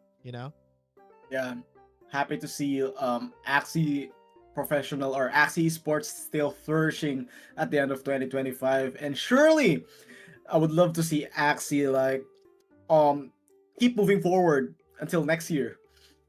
Yeah. And what I would like to see VMG is a LAN tournament, right? A LAN tournament where we can all be together, we can be in a stage, and we can hype up people and watching the championship. Maybe next year, right? Maybe Yeah, next year we can do that. hopefully yes. This would have been crazy if this were LAN, Yeah. because you have two INBs on the Oh top my three. god. And they were cheering for each other. Oh my god, that would be so crazy, right? In in Im- uh, in a stage. yeah, Uh, imagine like the friendly trash talk between the two. oh yeah. That's what I miss, man. Like, I'm not sure if you are in that era where you go to an internet cafe, you play with your friends, and have those friendly trash talk with each other, right? Yeah. I feel like I miss that kind of era where we can do that and not, constantly online and just doing these things online. It would be dope to be on the stage, have, guild trash talk one another. I mean, not that kind of trash talk where you have to fight or whatever, right? Just Yeah, be just friendly trash talk. yeah, like emoting, dancing, stuff like that. Ah, that would be dope. That would be dope. Hmm. All right, type in the chat if you want to witness a LAN tournament for Axie in the future. Maybe an AxieCon too? Question mark. If you're down for that one, make sure to chat that, and let's make that happen next year, okay? because this is going to be the last tournament for this year, but it doesn't mean it's going to be the last tournament for Axie Infinity because we're going to have more. And speaking of which, we're going to have most likely the Elite Four for the Axie Origins that is going to be ending, I believe, in a week or so. So Axie Origins is going to end soon, and after that is going to be an Elite Four, and that is going to most likely be at the start of next year. So I'm excited for that one because I love Origins. I love Classic as well. So yeah, having more tournaments is going to be fun for everyone. Federico Yeah. Lima, the true GOAT. Yes, sir. Unfortunately, he wasn't able to get the championship last weekend, but he did bag a good amount of AXS by finishing top 2. Shout out to Federico Lima. He was Let's the one that go. introduced. I told you about the Babylonia, right?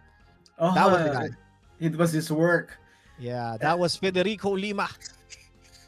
He made that happen. And here we go. You can see an adjustment for Bloom's Light here, piloting the double plant backline Aqua. In terms of 1v1, Bloom still has the disadvantage, considering that, oh my god, the Razor Bite on that Dawn. But having that midline plant with the Kotaro might be useful in the mid rounds. Maybe he can push a 2v1. Let's see. Battle begins. Exactly. Oh! They get Kotaro value here, right?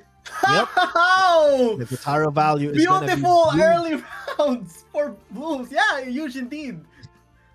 And that is going to be advantage in terms of the energy and the HP as well, going to the side of Blooms. Good start indeed.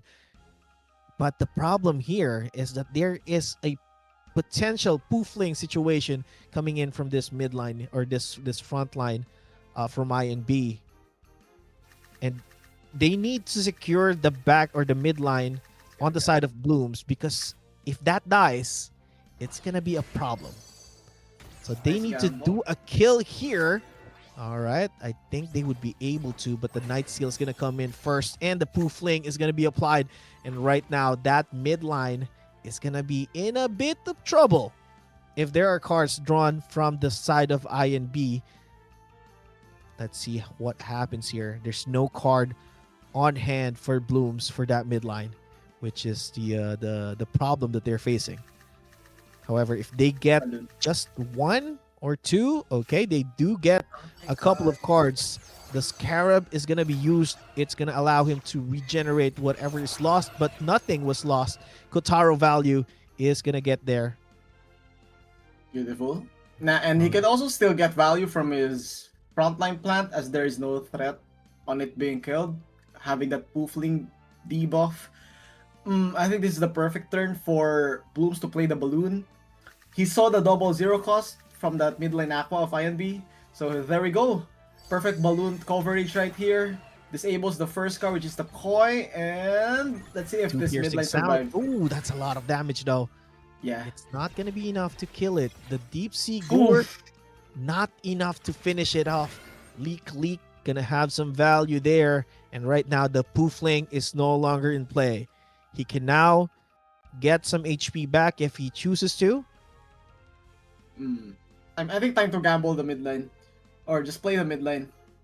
The Poofling debuff is gone, so he could utilize the front cards and does this Okay. get the kill? I think this gets the last stand, which is It nice. does get the Oh, kill. doesn't. It doesn't. 3 damage. Ouch! Ouch, indeed. That Oh my is a God. lot of damage coming in from that front line. I didn't expect a 175. It was 120 base damage, but since it's an Aqua, it dealt so much and finished it off. And right now, it's a 3v1 situation for INB. Not looking good for that Dawn in the backline. Not a lot of cards as well. He does have the energy. And right now, he's just going to try to sustain slowly. Get... Oh, no. It's winnable. You can use Oranda, follow it up with the midline plant cards, deal like some sort of damage. I think that's a Or perfect play right there. Or it could be a pass, right? Oh no, he's not gonna go pass, but my he God, is he gonna go gambled the all out. Gamble the front. Good. I think it's enough though. Good Yeah, that's gamble. gonna be enough for the shield. And that Eh, is gonna be enough to deal damage as well. Gonna Nice. go through everything. Beautiful. 73. Another Aranda still available. Hmm. And there is no way for this Dawn to sustain because it has a Razor Bite. And that is a plant that he's looking at right now. Yeah, also Blooms made the adjustment by changing their artifact back to a plant artifact. Earlier they had an aqua artifact, so they Yeah. were not able to counter the aqua. And And the wooden stab, 199, just 4 woo! HP left. Oh no.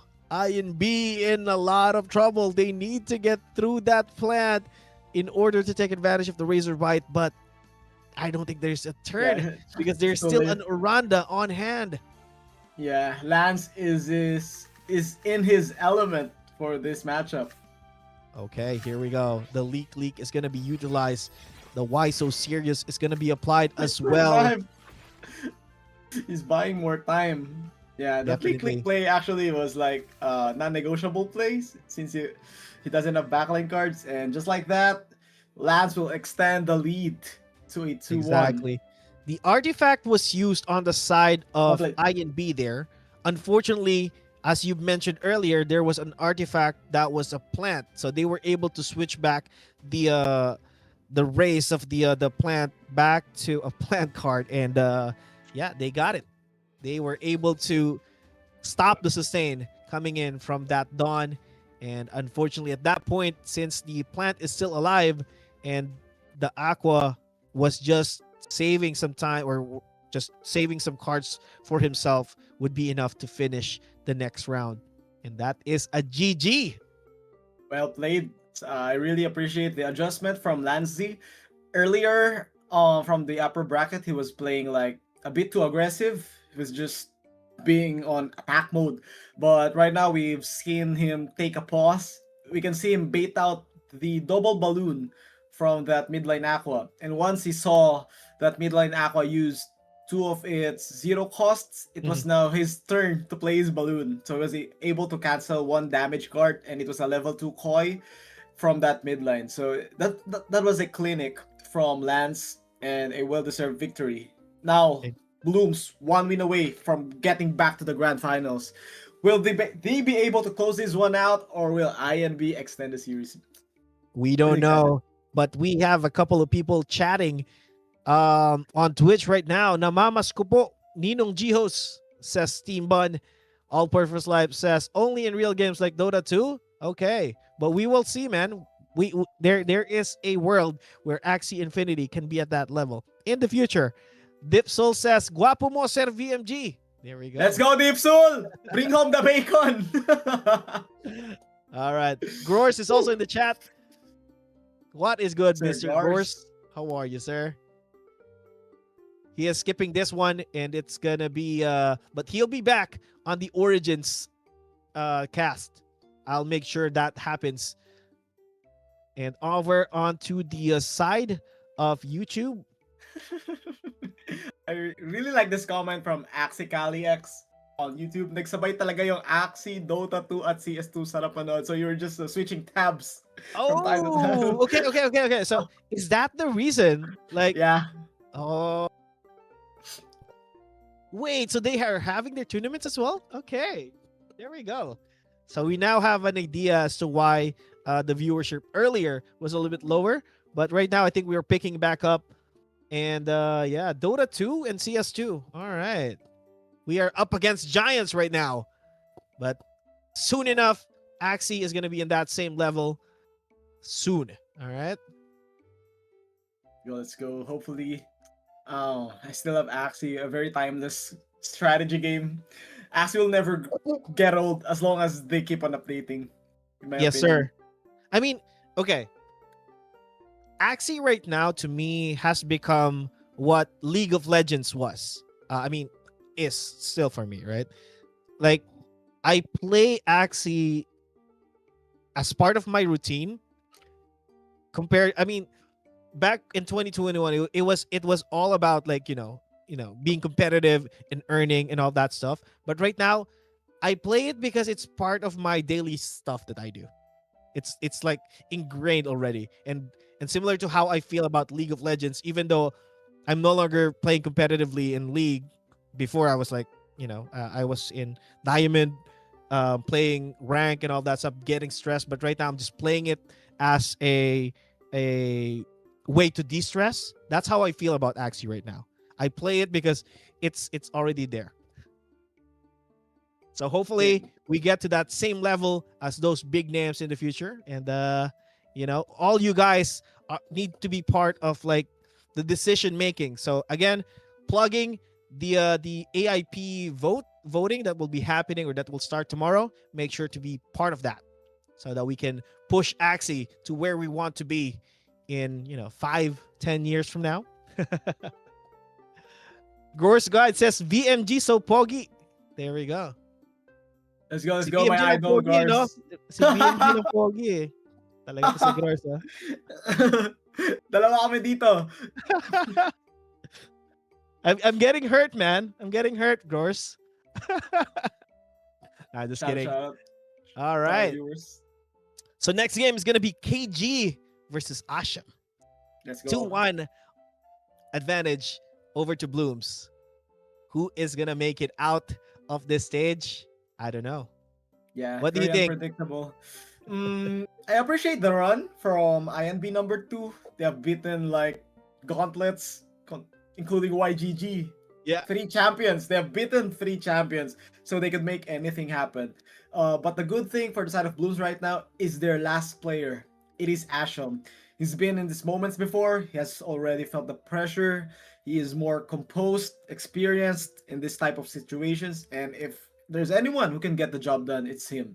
So it's just a matter of clash between the two. Is it the experience of Asham to get the last win, or is it the momentum for INB2 since they're coming up from a 3 series win streak? Exactly. Whoever wins this one is going to make it to the finals to face INB number 1, the main guild for INB. Is it going to be INB2 that will be facing them, or Blooms will be able to close it out in this next match through Asham? And what does he play? Or do you know, VMG? Like, what does he usually play in the arena? Is he also like an Aqua master like you? Or I think Asham is a very flexible player, and one of his strengths is mastering the current meta. I've seen him play different types of compositions, but they are always catered to the meta. I've seen him play Aqua, play Bugs and Dawns, and he's pretty much effective. And right now, he's still adjusting to the current meta and is doing a great job so far on piloting these plants and Aquas. Exactly. Because I also remember Action back in the day when he piloted like a God Bug on a tournament that we casted back in the day for E4E and Tribally, right? So I remember that he used that and along with other compositions. So you're right. He is indeed flexible. And right now, he does have a lot of options in terms of the axes that he can play with here. He can go the route of playing that mech, but with the composition that they've left INB with, I don't think the mech is going to be something that they'll be utilizing. I think they will probably stick with the composition that they played with already. And that backline, Aqua, is still going to be part of that. Yep. I think it's the safest play for Blooms right here. Double plant plus on Aqua. They've proven that it could give them the win. I think the mech for the side of Blooms isn't really effective because they have banned 3 plants from the other side. So this is currently the challenge for INB2. I don't think they're very comfortable in playing a single tank because their only tank available is that Poofling plant, and they are now down to 2 squishy targets or 1 squishy midline, which is probably a mech or a plant. Their backline is really strong with the Teal Shell and Slippery Shield, but we have seen that level 2 Oranda counter it pretty well, or like a 2v1. Exactly. And I think we have actually summoned BJ Salin into the chat. Shout out to you, sir. Live in the flesh. And he is shouting out himself, and he is saying that he is the best player in the world. We believe Let's you, sir. go. BJ Salen, let's go. All right, we And are here we actually go. in the round number 2 already. Everyone Nice, skipped. nice lineup choice for both players. Bloom's playing it safe, playing not risking a double aqua anymore, and for INB, um, not I think it's just a matter of who clears the front first, the first two fronts. Let's see. Oh, but that's a poofling action, and that is going to be aimed towards the midline, and they are going to be Oof. skipping that front line now and going directly to that midline. But the damage has already been done and might be enough to kill the front Oh! line on the side of INB. Bloom's advantage right now, And and this is going there's to be not a lot difficult. of damage Yeah. onto the next turn for INB as well, but they do have a lot of energy. Yep. So there is that. I would also like to add that one of the weaknesses for this backline Tail Shell Sleeper Shield is the early game damage.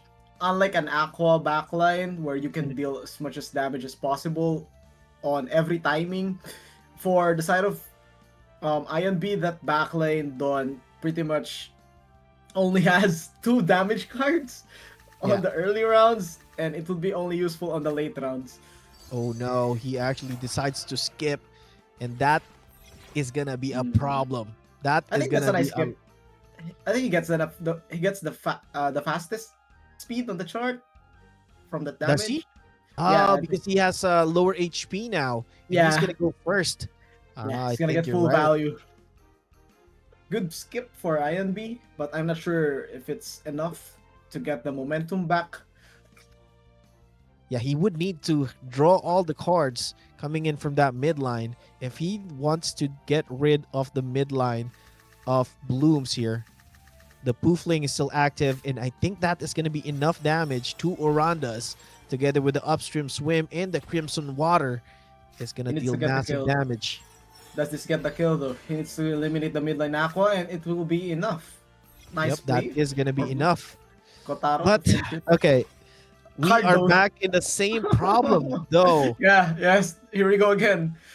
The same problem right now, because that is a Scarab front. That means even if you are able to close that Axie down, he will be able to leave a Scarab, and coming into the 1v1, it's gonna be rough. But the first thing that INB needs to do right now is get rid of that plant that seems to have a lot of cards on the draw. Oh, he decides to skip though. The damage is gonna come in. Ooh, not gonna be enough. Oh, Problematic. Blooms is still in trouble. He did not get any cards on that Aqua, which is That bad. is true. This is bad for Blooms, and I don't think. But is there like a play where he can grief the front line here and tank it up? I think the earlier he eliminates the plant, the better, just so he could eliminate the Scarab threat. Once the Scarab threat is out of the equation, he could play the 1v1 cleanly. And let's go. He's going for the kill right here. Look at that. Securing the kill. Playing 3 damage cards. Will it be enough though? Let's find out. No, I don't think so. Deep Sea Gore. Oh, hang on. Oh, no, it's not enough. Oh! Nice brick wall play for the Scarab. side of Blooms right here. I think that might be enough. Like for a setup play. I'm not sure though, but it's nice. It depends. If Blooms manage to get like 2 cards on his backline Aqua, he will get the win. If he gets an Oranda plus a follow-up card, this would be nice. Let's see. Yeah, the problem that INB right now has is that they don't have a lot of cards, and that plant is still standing. That shield up was enough to live through the damage, and he wasn't able to draw the secondary teal shell there.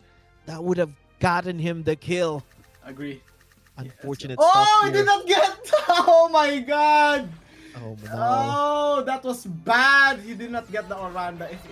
If he only got the Oranda, he would deal like a few more chip damage before the 1v1. So, this is really hard for the side of Blooms.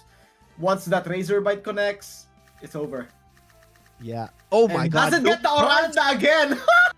Oh my God, It the draw doesn't is get so me. bad right now for the Blooms. They were at Oh wait. slight advantage earlier, and that energy or that life steal is Still gonna be winnable. so bad for them. This is still winnable. They It's did still not. indeed winnable, but Yeah, it it used to depends laser on the points. draw. He would need to draw 4 or 3 damage cards, not the balloon. He needs to risk. He needs to draw an Oranda. Wait, he's surely gonna draw double Oranda. So I think it's a loss. Uh, if he gets like Oranda plus two risky is good, but yeah, he's going to get double Oranda, which is like the worst Oh types no. of draw. That he was forced to use the double Oranda right here. It's Oh very bad. no. It's not looking good, but there Oh! is a flex already coming in. The deep Unlucky! Igor. Oh Yeah, no. that was really, really unlucky. I can break it down. All Oh, right. that felt so bad watching that. So match winner would be INB, so they forced the game number 5. Asham will be able to play again. But guys, let me break it down to you. Asham had all the room to redraw that Oranda. He had like 3 free turns. He had a good brick wall turn for the front plant. He Mhm. managed to salvage his front plant, giving him an extra space to draw. All he needed to draw was the Oranda so he could deal like a poke damage before the 1v1, and once the 1v1 comes, he will be able to finish off that Don. But he was unable to draw the Oranda for 3 consecutive turns, and once he drew that Oranda, he drew it together, so he was unable to play it simultaneously. So that was like the worst luck he could get. Very Yeah, unlucky. and then the problem that he had there is that there was not a lot of cards to draw because you only Malas. draw three cards every time, right? And yeah, Imagine he already used like four plant cards to save his plant. He had 1 card remaining on his plant. yeah, So that was a total of 5 cards. And he the still card. managed to draw 2 more cards on that plant. So the full rotation of the deck went towards the plant. Not just 1 card for the aqua. So that was pretty bad. And but still, we can also commend the win for INB because he played it perfectly. He was just playing Exactly. making the correct plays every time, and that led him the win. Correct plays plus bad luck for your opponent is what unlocks comebacks like that. So the perfect Exactly. scenario for INB. Perfect. All right, Man. GG's. So we are gonna be headed to game number 5, I guess. Yeah. 2-2. Here we go. Who's gonna take Woo. it home? I don't know. It was a close one earlier, but they need to close out. Each of the team members right now, the last 2 players that will be playing. Yeah, the screen that you have right now, that is probably not right because there is no match winner yet because there is going to be a game number 5 between Blooms and INB2. All right. This is going to be an exciting one. I wonder what kind of adjustments and changes they need to. Okay. If I am Blooms, I would not. It's so hard, man. If Blooms decide to go plant backline here, they run the risk of running through that mech. So I don't know what the play here is, VMG. I think the Because play is just run the same comp. That run the comp, same comp yeah, and just be run the lucky same with the comp. draw. Yeah. No, they didn't necessarily need to be lucky. Just like get decent draws or not get unlucky. Yeah, Yeah. that's The rotation. It was the rotation on the plant, man. yeah, it That was plant so needed to bad. die, but unfortunately it didn't happen. And yeah, we are down to the last game between Blooms and INB2. And whoever takes this one is gonna face INB number 1 into the finals. But of course, INB1 will have the advantage. They have the twice to beat advantage. And if Blooms, okay, I'm just imagining if Blooms gets the win here, right? They would have played back to back to back, and they will need to beat INB2 or INB1 twice to be the champion. Yeah. it will require a lot of brain cells, a lot of willpower on the side of Bloom. So good luck, because it's gonna be rough. But of course, if you Indeed. want to be the champion, you have to go through everything. And yes, sir. Really, really hard. But let's see. Let's run it back. Use the same composition. He was in a good he was in a good place right there to close out the game. Fortunately, it's Axie Classic. Anything can happen, but I think Game 5 will be the closest for this series. And both teams Oh, have already proven that they are both deserving to go to the grand finals. But we are only going to have one winner, and this match will decide it. Let's go. exactly. Mikey is asking Itlog ni Bench versus Itlog ni Batman in finals. We don't know, sir. It could be, but we still have to play the last game of this series to determine the who's gonna face I and B1. Bench July Salen says it's called Bench Curse. Oh no. Oh no. No, don't All right. mention curses yet. It's not over. Asham needs to close this one out, man. If they want a shot at the championship here. Yeah, it's time. Such a close game right there. Yes, Down to the sir. final match. Mm, I think that's a perfect composition for both players. Backline Razor Bite, midline Fast Aqua, and a plant for INB. And for Bloom's, double plant plus a backline Aqua. Both perfect composition for both teams. Equally matched. Yep. Yep. The poofling as well. It really did wonders for INB as well. It was really good to have that front line, having that poofling, so that the threat can be passed on to the midline, and it will it's like psychological war as well, right? If you have that threat, you'll be so afraid and it will make you commit some mistakes. Yeah, it's like a threat, like the poofling threat. Exactly. Let's go. Very excited for this game number 5. Again, whoever wins this series will move forward to the grand finals and will increase their prize from 1,650 AXS up to 2,650. So a plus one. They're also playing for plus 1k AXS. Exactly. And I think right now, INB, if they close out this tournament with 2 representatives on top, they can just simply say that we are the best, right?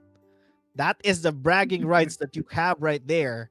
If you take everything, the first place and the second place, both of your guilds, that's a huge flex right there, right? Let's go. Let's go. Currently waiting for the last game.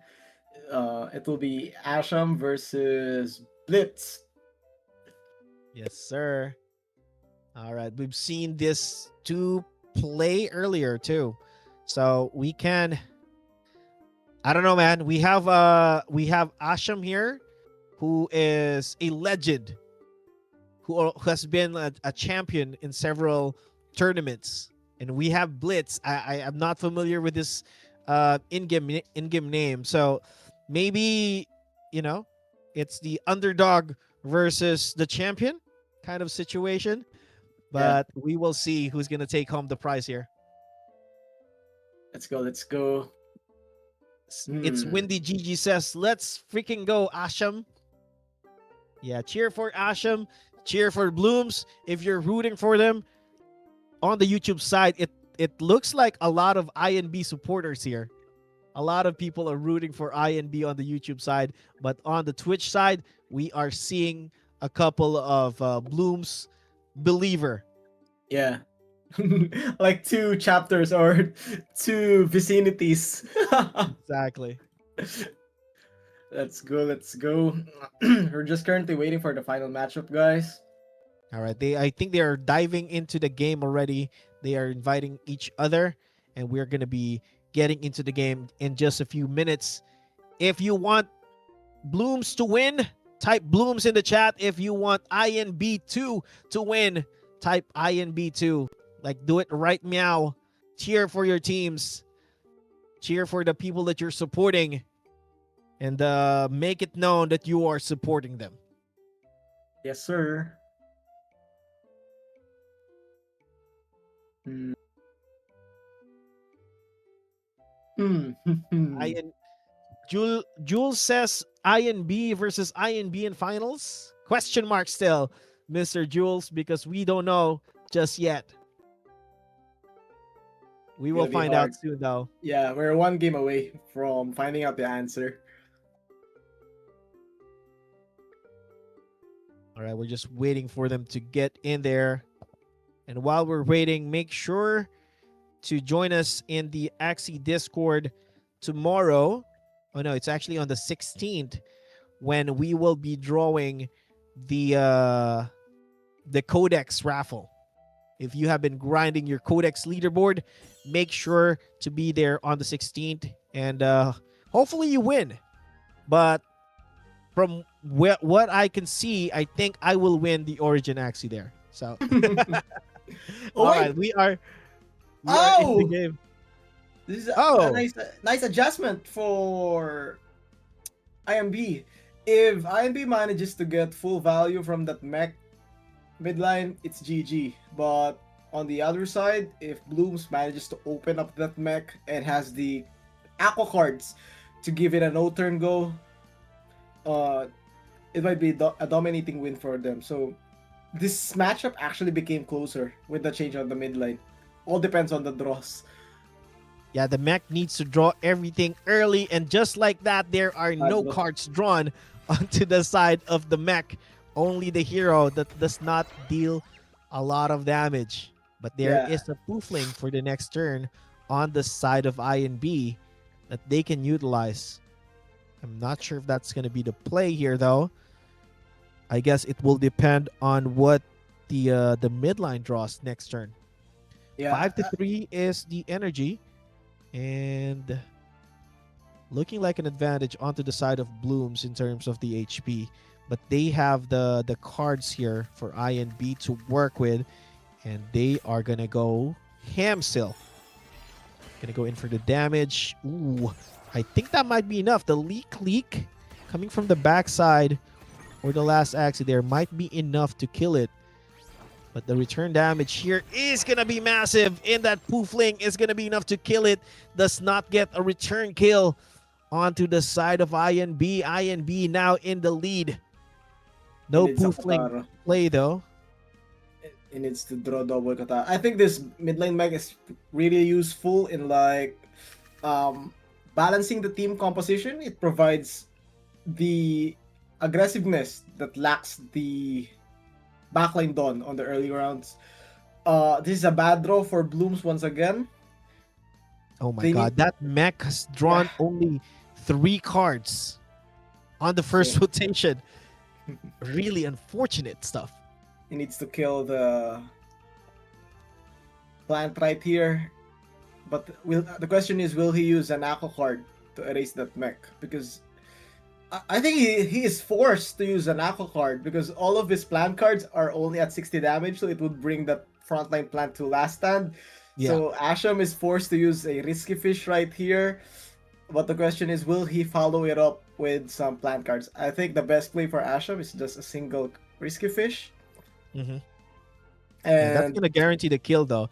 But the Yeah. problem there is that there could be a shield up. Oh my god. oh, It that was is indeed a shield up. What an outplay. He made the read. And that was a Oh perfect my lead. God. Also, this is another poofling value. And the damage is gonna go to the backline later on. Although some there energy was a though. little bit of, oh no, there was actually no regeneration because he got Scarab. Oh my god, there was no regeneration for the midline for Blooms here. And that is going to be a problem because this mech is going to draw into some cards. Although, if Blooms draw more cards onto that backline, he can one turn and delete the mech. Oh no, there's not even a card drawn on the mech though. Nice pass. Asham needs to sustain the backline, but I don't think it will be able to because this is the timing for INB to delete that backline once and for all and just face the 1v1. But this is going to be hard for both players. Really It's hard to make a looking read. rough for Blooms right now though, because that Dawn has a lot of cards, has a lot of damage.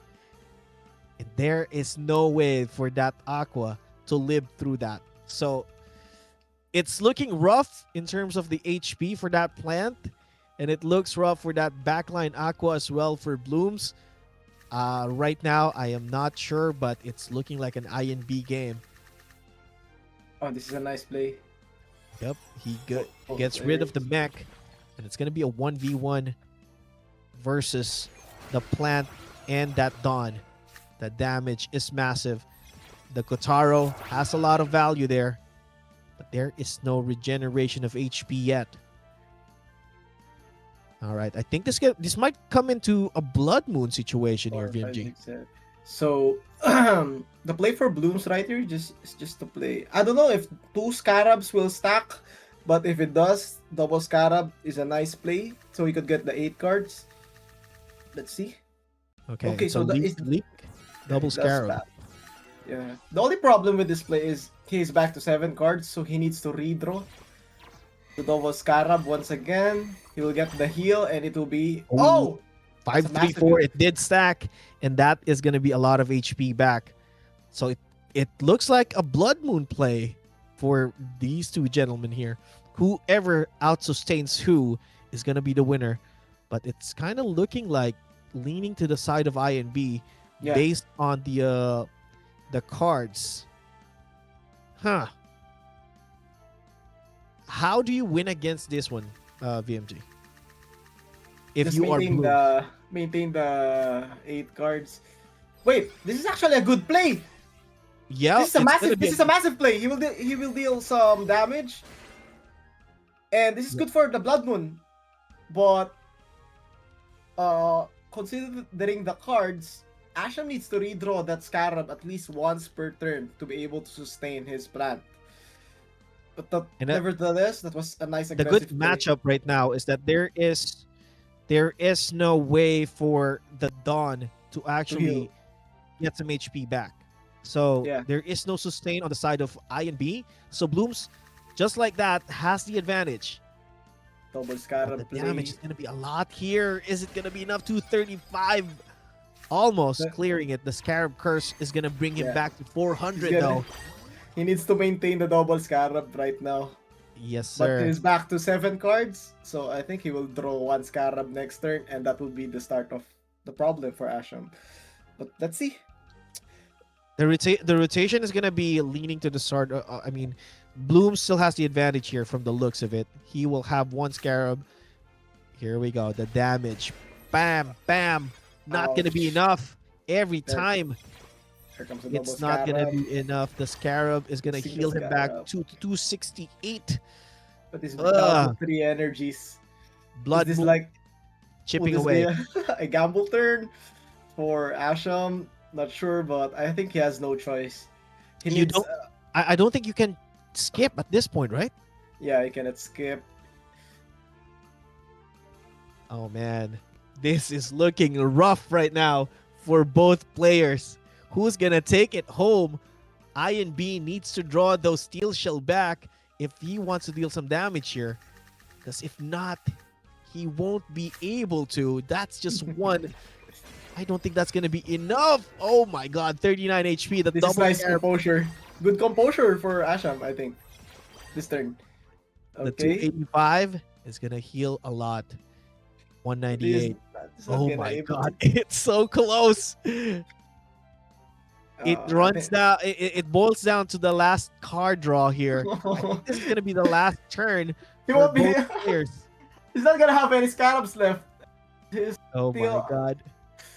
unable to. But like, the leak damage. might be enough to shield him up, right? I think it depends on the card draw of INB.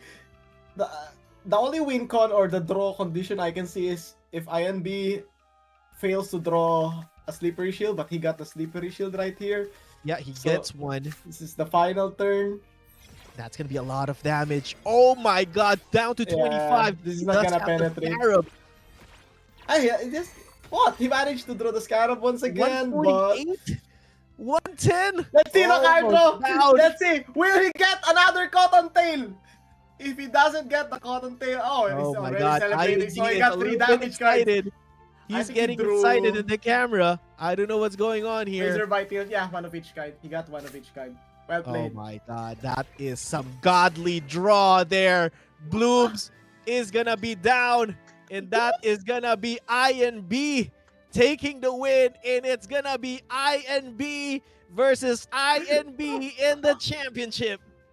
Let's go. I can see the moment Oh he my god, saw that the was cards. crazy. Like, Yeah. it went down to Blood Moon, and that was down to the Yeah. last draw, man. Yeah, he had the chance to draw like double cottontail if he was really unlucky, He but was so lucky. He yeah, he got was the lucky. one of each. He got one of each. Ashram was Ah, kind of lucky on that match because he was able to redraw the Scarab at the perfect time. He was yeah. literally abusing the Scarab on the early face-off of that 1v1. He was using double Scarabs. He was leaving 7 cards on his deck. But unfortunately, the last card draw, IMB managed to get like one of each. And yeah, that Yeah, was a the perfect draw he damage. needed.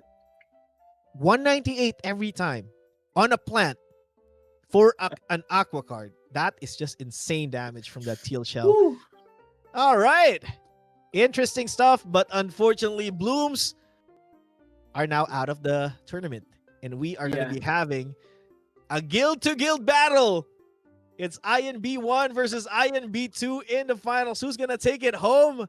We don't know, but it's still going to be one guild, and that is going to be INB. They have secured the slots to the finals. First and second place is already sealed, but we have to determine who is the better player between these two guilds. So, who are you rooting for? Is it going to be INB1 or INB2? Type it in the chat, 1 or 2. Number 1 Itlog or number 2 Itlog? Type it in the chat, guys. Cheer for your guys. Cheer for your who you're rooting for. Oh man. Okay. Let's give the players a little break, okay? So that they can prep up and be ready for the finals because it's going to be an interesting one. Again, INB1 will have the twice to beat advantage. INB2 coming in clean, having the momentum, beating everyone, including Blooms. Who's going to take it home? We don't know. And we'll find out once we get back after 10 minutes. So stay tuned. Huwag kayong alis. Babalik kami. 84 watching on YouTube, by the way. And we have 42 on Twitch. Make sure to share the stream. And when we come back in 10 minutes, we will have more action for you guys. Peace.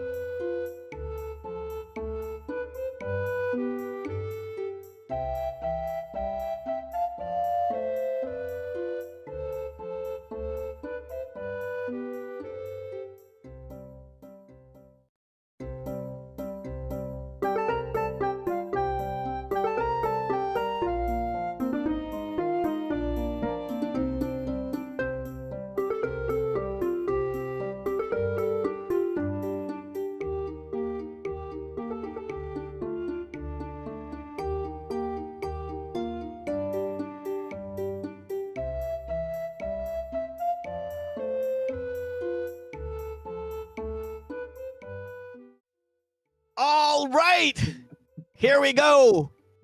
Last series of the night. It's gonna be INB1 versus INB2. Itlog ni Batman number 1 at Itlog ni Batman number 2 are gonna go against each other and gonna prove to everyone who is the better team from this Let's guild. But they've already go. proven that they are the best guild among the rest. But right now, it's the battle for first and second. Who do you think, VMG? Who do you think would actually get this one? Um, if I'm going to base on momentum, I'll go with INB number 2. They Okay. are on a 4 winning streak from the depths of the lower brackets, but it would be a very entertaining matchup for sure. The clash between the two eggs, the right and left egg. Very, very exciting. Let's go. And based on, can we look at the pick and ban phase and see what that looks like right now? Let's go. Because Let's I go. think they have pretty much the same composition. I wonder how they will come in into the pick and ban phase and take out the key axes that they think the other team would be using. Yeah, really, really, really interesting on how this matchup would work, because it is a friendly fire type of matchup between the two guilds, and for sure they know each other already. Oh. They know the tendencies, the strategies, or how each player plays since they are on the same guild. So very, very interesting. And also, I would like to congratulate INB already. They will be taking home a total of 8,150 AXS. Those Wow. are the first and second place prize pool. So may the better sector win for this grand finals. Okay, I'm just gonna do the math. Quick math. 8,150 AXS is around 470 pesos. 470,000 pesos. So that's a lot of money, sir. Yeah. Merry Christmas indeed. So here we go. We're looking at the banning phase. Looks like INB number 1 still doesn't want a taste of that Heal Shell Slippery Shield Dawns. So double ban plus the mech to negate the glass cannon. And it's looking like the same ban for INB2. So Yep. I think we're going to witness like possibly a mirror matchup for both. My only Okay, concern okay, with okay. this. We have breaking news here, VMG. Okay. Since this is one guild representing, this is actually going to be a winner takes all series. So, so the team that wins this one is gonna take everything home. Okay, no sharing Oh, of prizes. so this is like a betting game for Here we both. go. Oh, This just makes it a lot interesting. Okay, yeah. okay. Upping the stakes. I'm in. I'm more locked in now in casting. Let's go. 500,000 in peso on Oh the my god. line. No time to slack off. Lock Oh in. my god. Everyone needs to lock in. And you did mention earlier that INB2 has the momentum, but you Yeah. have to take note as well that INB1 did finish the entire upper bracket with no losses, and at the same time, they have the twice to beat advantage. So it is gonna be an interesting one. Yeah. Will I we think go with that. the momentum or will we go with someone who already has the advantage? We will Yeah. find out. And the bans, as you mentioned earlier, is pretty much the same across the board. That mech right there on INB1 is also considered banned. So all three or all two Teal Shell Aquas or Dawn has been banned on both sides and the mech as well. So it's gonna be a battle. Wow, it's really looking good for you, VMG, because this is you are the Poseidon of the Philippines, right? And you love aquas, and we're gonna have a lot of aquas in this series. So yeah, Yeah, let's go, let's go, let's go. Really, really excited to see how this matchup goes. But yeah, it's a really nice ban for both players, eliminating the teal shell. No time for sustaining. Let's go all out aggressive for both teams, and we could see like a blow by blow type of matchup between the two. It's a matter of predicting when one team will be using potentially a backline plant, or what do you think? Is it gonna be? Will there be a situation that they will have more plants than Aqua in this game, or is it gonna be most of the time a lot of Aquas in the board? I think a double plant Aqua is the most balanced composition or the safest pick, but Mhm. we'll never know. Let's There, see. there will be surprises then, and yeah, hopefully we get a good amount of games. We'll go the distance, and hopefully INB2 shows up here and try to get some win against INB1. And again, this is gonna be a winner takes all series. So whoever wins this one, yes sir, it's gonna be an interesting one. Yeah, for sure. Let's go, let's go. Can't wait for the first matchup. Can't wait to see the emotes on the webcams. And let's get the show on the road. Let's go, Yes double plant. sir. Yes sir. I want to see the friendly trash talk between guild members. That's always fun to watch, right? Like, Yeah. are you part of like you probably joined like guilds as well, right? And you have those those group chats on Facebook, because I joined some guilds in the past, especially the competitive ones. They're always in the group chat, bantering with each other, and I feel like this is gonna be a live action of that one, and through the cameras of these gentlemen here, will most likely see those trash talks coming in. Yeah, I agree. I think it's part of the fun.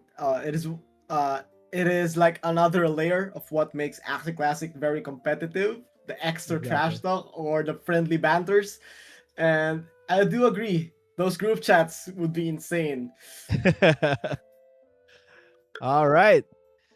So everyone that was watching earlier, make sure to grab your friends, let them know that we're back and we're already live, because we are going to be jumping onto the game in the next few minutes here. We're just waiting for them to jump into the game. They are inviting each other right now, and we'll be witnessing the last few matches between these two teams that are under one banner, which is Itlog ni Batman. Let's go. Itlog the Batman. And here we go. Game number one. Wow, a backline mech. Pretty risky move, but let's see if it's Wait, effective. they have two mechs? That is Yeah. interesting. I thought that was actually an Aqua, but it turns out that was a mech. Not a good read here for INB1, I think, because that mech is not gonna survive a 1v1 against that Aqua. Yep. Here we go. Damage Oh, is gonna nice be balloon negated. value though. Could have been worse for Oh, INB, nice seal. Oh, but the kill is gonna be secured on the side of INB. It goes on to the last stand though, but there might be another balloon here on the side of INB1. let's go. Okay, Let's... not. Oh, perfect night steal. Ooh, Oh that my steal is god. massive. Early, he's Two of laughing them. already. He takes out they were able to get the energy value from that one. Double Night Seal. We didn't notice that earlier, but these two Axies have the Night Steal and would be able to chain it and get some energy. And right now, INB2 not looking so fresh with just two Axies left and 75% on the midline. He does have the option here to kill the front line. No cards used onto the midline though. Not looking so good. That doll grip is going to deal massive damage, but it's probably not going to be enough. But the last stand is going to happen. The pass is there. Balloon pop is going to be used. Kotaro is going to be Perfect used. draw. Oh my god, not looking so good for INB. Okay, I'm Oh my confused god. which is one INB or one, two here. I think one is INBA. So basically, guys, INBA had the the perfect lineup for this matchup. He had the advantage. Unfortunately, INB2 had a snowball. Round per round, the snowball increases. Like, those were the perfect draws every time. Balloon pop on the round one, uh, fearing the front plant. Round 2, getting the double Night Steel chain. Round 3, getting the dull grip. So it was a perfect draw Yeah, for INB2 right here. mech value was so good, and right now all the cards except the koi for I and B is gonna be gone. Oh, there we go. There goes the trash Woo! talk. He stood up just to say, "Done. The game is done, sir." What a I play love it. for INB2. I love it as well. We call that one the brain dead play, you know, just fire, fire, fire, fire, fire. And he had the perfect cards for every aggressive turn. Well The played. mech, there was so much value for that mech, man. They Yeah. they were able to utilize that really beautifully because it draw all the cards early into the game. The double rise steal, the double doll grip after that one. It was just beautifully played. Beautiful Axie, as per uh your mentor. What's his name? The caster that we had back then, the one based in UK. He always used to say, "Beautiful Axie." Oh man, I forgot. Uh, okay, never mind. I forgot his name, but I apologize. All Well right, played. here we go. Game number What? one. Oh, was that INB2. INB one or INB two that took that one? Tuesday. Okay, INB2. INB two take the game number one, and INB number one is on the back foot right now. But they do have the twice to beat advantage, so we might be in for a long night. VMG, you might want to grab some coffee because uh, oh, okay, we have a oh, okay. So there was a conversation between the two guilds that the twice to beat advantage has actually been negated. Whoever wins this one is gonna take home the prize. Yeah, winner Okay. takes all. Okay, we understand that. So an announcement, guys, just to make it clear for the viewers. INB1 has given up their twice to beat advantage since they're facing like their brothers or the second sector of their guild. So this would be a one solid grand final series. First to three Okay. wins gets everything. Okay. The secondary guild has taken the win. The Well primary played. guild, I don't know, man. I feel like Yeah. there's gonna be a comeback here somewhere, and I think the trash talk, like he stood up after the the match, right? So I feel like that's gonna be a clap back coming in from the primary guild. INB one might be on the back foot here, but I'm sure that they will be coming out swinging onto the next round. And who's gonna be playing? Let's see. I feel like they might send in one of their um ah let's see. Okay, I feel like Sake might come back in here. What do you think, VMG? Who is going to be playing here? I think crits versus blitz will be the game too, or maybe they're just going like for how a friendly match goes. Like, okay, who wants next? Who wants next? So not much strategy is involved, but like the feeling of momentum and enjoyment. Some players might be more excited than the others, so they might just suggest that can I play the second game like that. I But I yeah, think you actually guessed it right because it's going to be crits versus blitz. On to the next one. All let's go, right. let's go. Game one That was mech, such. man, that mech really Yeah, had a lot of value there. I didn't know that they had two mechs. I was under the impression that that was actually an aqua, but it turns out that was a mech, and that means it dealt a lot of damage using those mech or those beast and bug cards. So yeah, very good use of that Axie. And right now, number two or team number two has the advantage. Let's go. Game one, absolute cinema. We've that was the first snowball game we've seen all night. I've been in those situations before, but I was Yeah, on the receiving end of the snowballs. It's like, you know what, the perfect play, you know what play to make the yeah. comeback, but you've seen your opponent just make the perfect draws each and every round until you can do anything about it, and that's how game one went. So that's why I was just laughing the whole It was time. just god draw after god draw Yeah, for Gadra. team number two. Yeah, unwinnable. Imagine he got the first balloon on the mech on the first round, so it Yeah, canceled one damage card from the front plant. yeah, And when the front plant went into last stand, he actually managed to get like a double night steal chain, which is hard to draw. It's a chain. So after the chain, the front plant went into last stand, and he got the second balloon already to remove the last stand and make the double Kotaro pierce through the backline. So it's just a funny draw. You can't do anything about it. yeah. That was some god draw situation there. Chan Chan says kaliwang itlog 1, kanang itlog 0. All right, here we Yeah. go. Let's see which egg is bigger, the left or the right. Currently, left egg starting to weigh more with a 1-0 lead. Exactly. And Fanatics is asking, finals na ba yan? Yes, sir. This is the finals, and the teams have agreed that the twice to beat advantage is thrown out the window. So this is gonna be the winner takes all match, and whoever wins this one is gonna take home the prize. Let's go. Very exciting. Let's see how INB1 bounces back after the first defeat. Or will INB2 just maintain the snowball?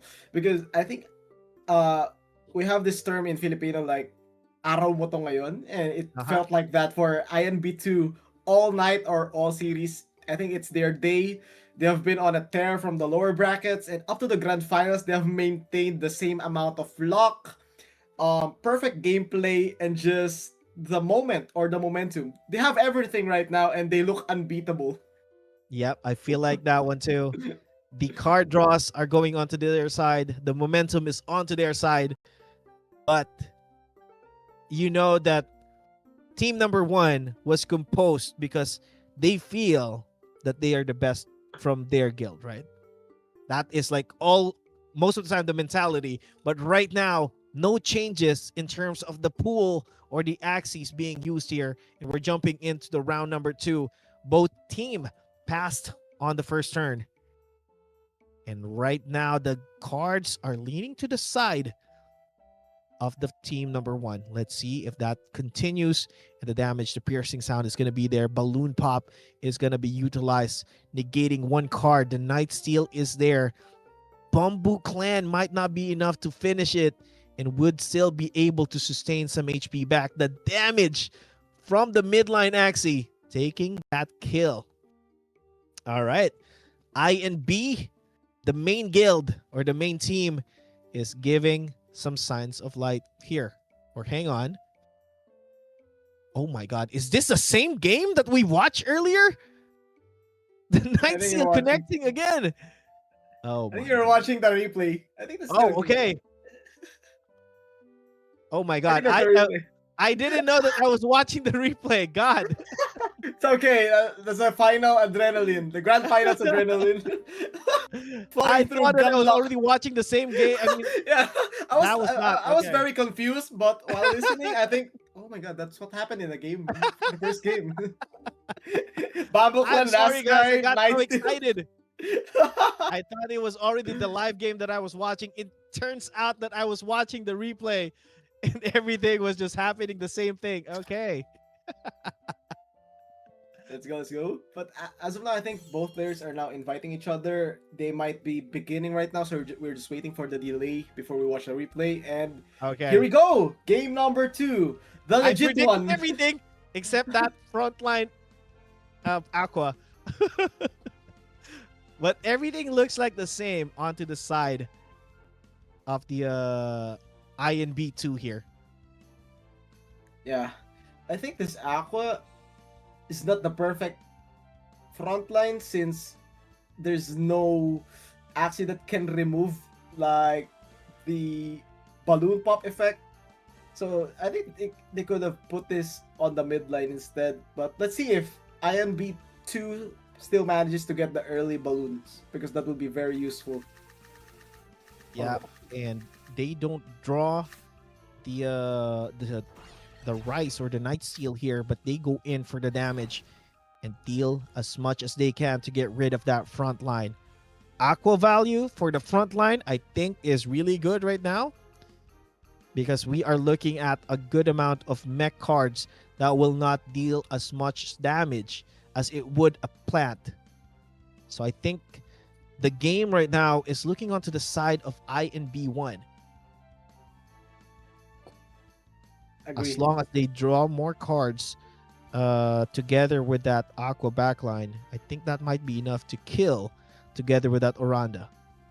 Oh, if he manages to draw a Goda on the backline Aqua, I think this would be deadly. He could go for a no turn play on that front line. Very nice adjustment for INB1 right here to use the Goda Aqua instead. Let's see if he goes for a no turn play. I think yes, but good decision for INB2 to just pass the front line and not waste energies. This is gonna hurt. Boom! Kotaro value. Oh my god, 167. Oh, ouchies.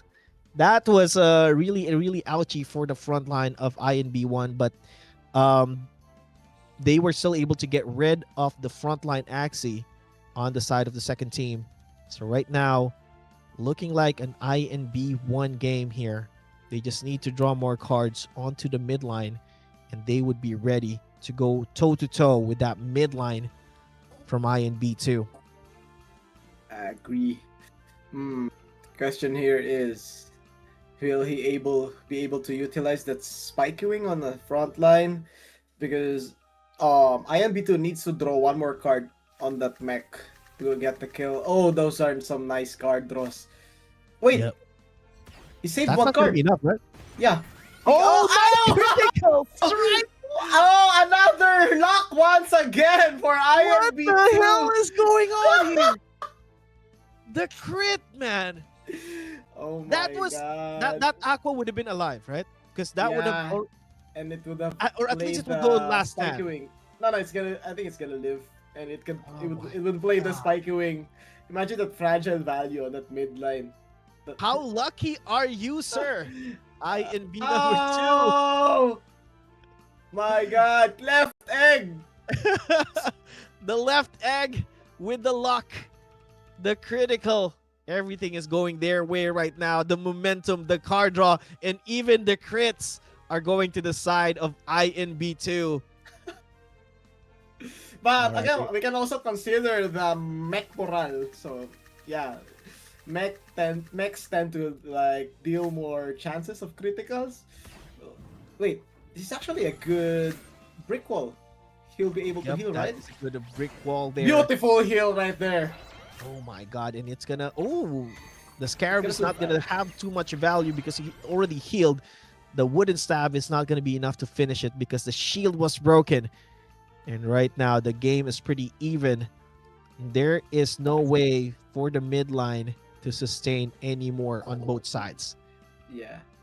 This is still winnable though for INB1. All they need to do is just eliminate that midline plant, and that mech is as easy as chicken dinner against an Aqua. But still, has dual Is it clicks. is it a pass play here, VMG, or Both players, yeah, I think both players can pass. The only trouble for INB1 right here are those leak leaks. yeah? Double Agreed. leak leak, nice save for the second leak leak. So if INB1 decides to like burst this plant right here, the leak leak would cancel most of its cards on a 1v1. But still, that Aqua can survive a 1v1 against that mech. So this is looking really close. Yeah, and then the Koi has so much damage there, and Yeah. he can just skip one turn, I think, on the side of INB when it comes to that 1v1. He just needs to get rid of this plant right now. How do you do that? I think with the cards that he has, I think it's actually possible. He just needs to draw one more Goda here. Yep. He's gonna use the range cards to delete that plant. Choco and INB says literal na crits ni crits. Exactly. And here The we go. damage He's came going for through. the kill. Is this enough though? Yep, that's Yes, gonna it'll be be. enough. Oh my god, Beautiful. that's a lot of damage. 159. The Daldrit Disabled. is also gonna be enough to kill it. 1v1 situation. The Aqua versus the Mech. Yeah, so he's Advantage gonna on the pass. side of INB1 here. And obviously it's gonna be a pass because you don't want to use the Koi level 2.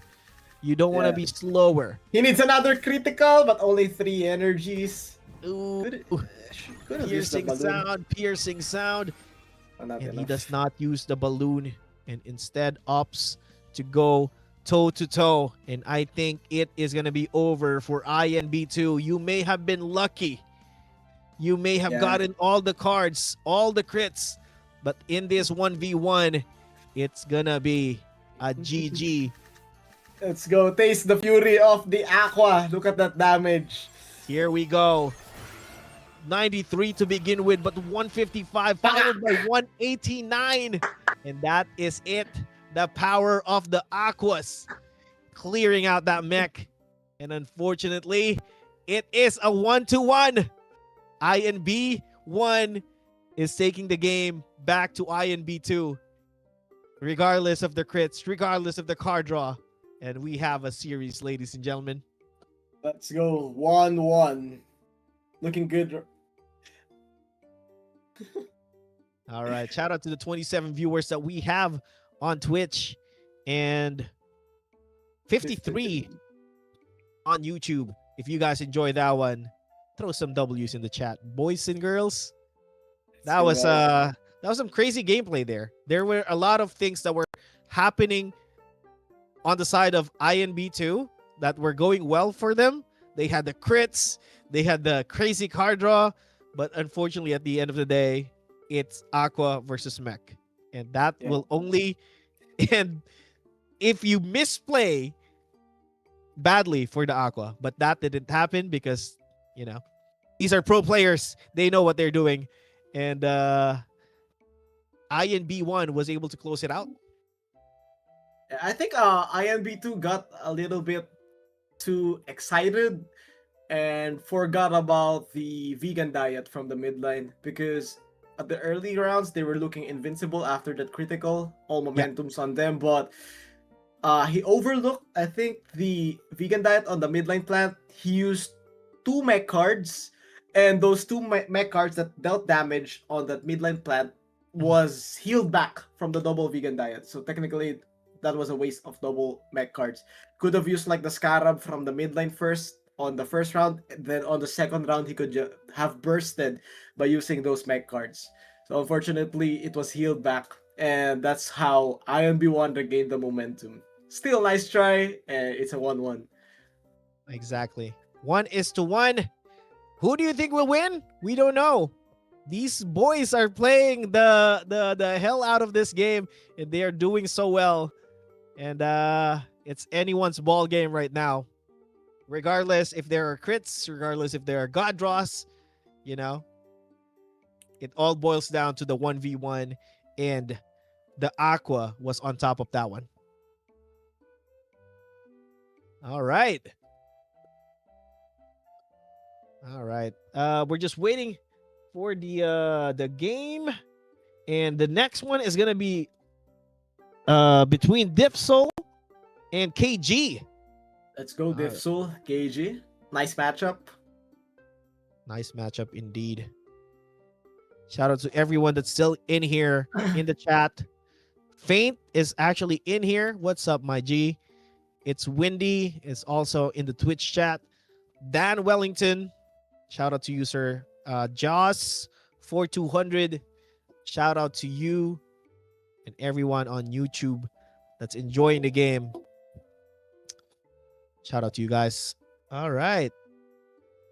Make sure to share the stream as well, and make sure that everyone that was watching here earlier continues to watch. Okay. They are now jumping into the game, and we will be getting into the action in just a few. And while we're waiting for that one, reminder, make sure to jump onto the Axie Infinity Discord on the 16th, as we will be drawing the Codex leaderboard finishers and the winners of that one. And there are gonna be more activities in the future. Let's see here.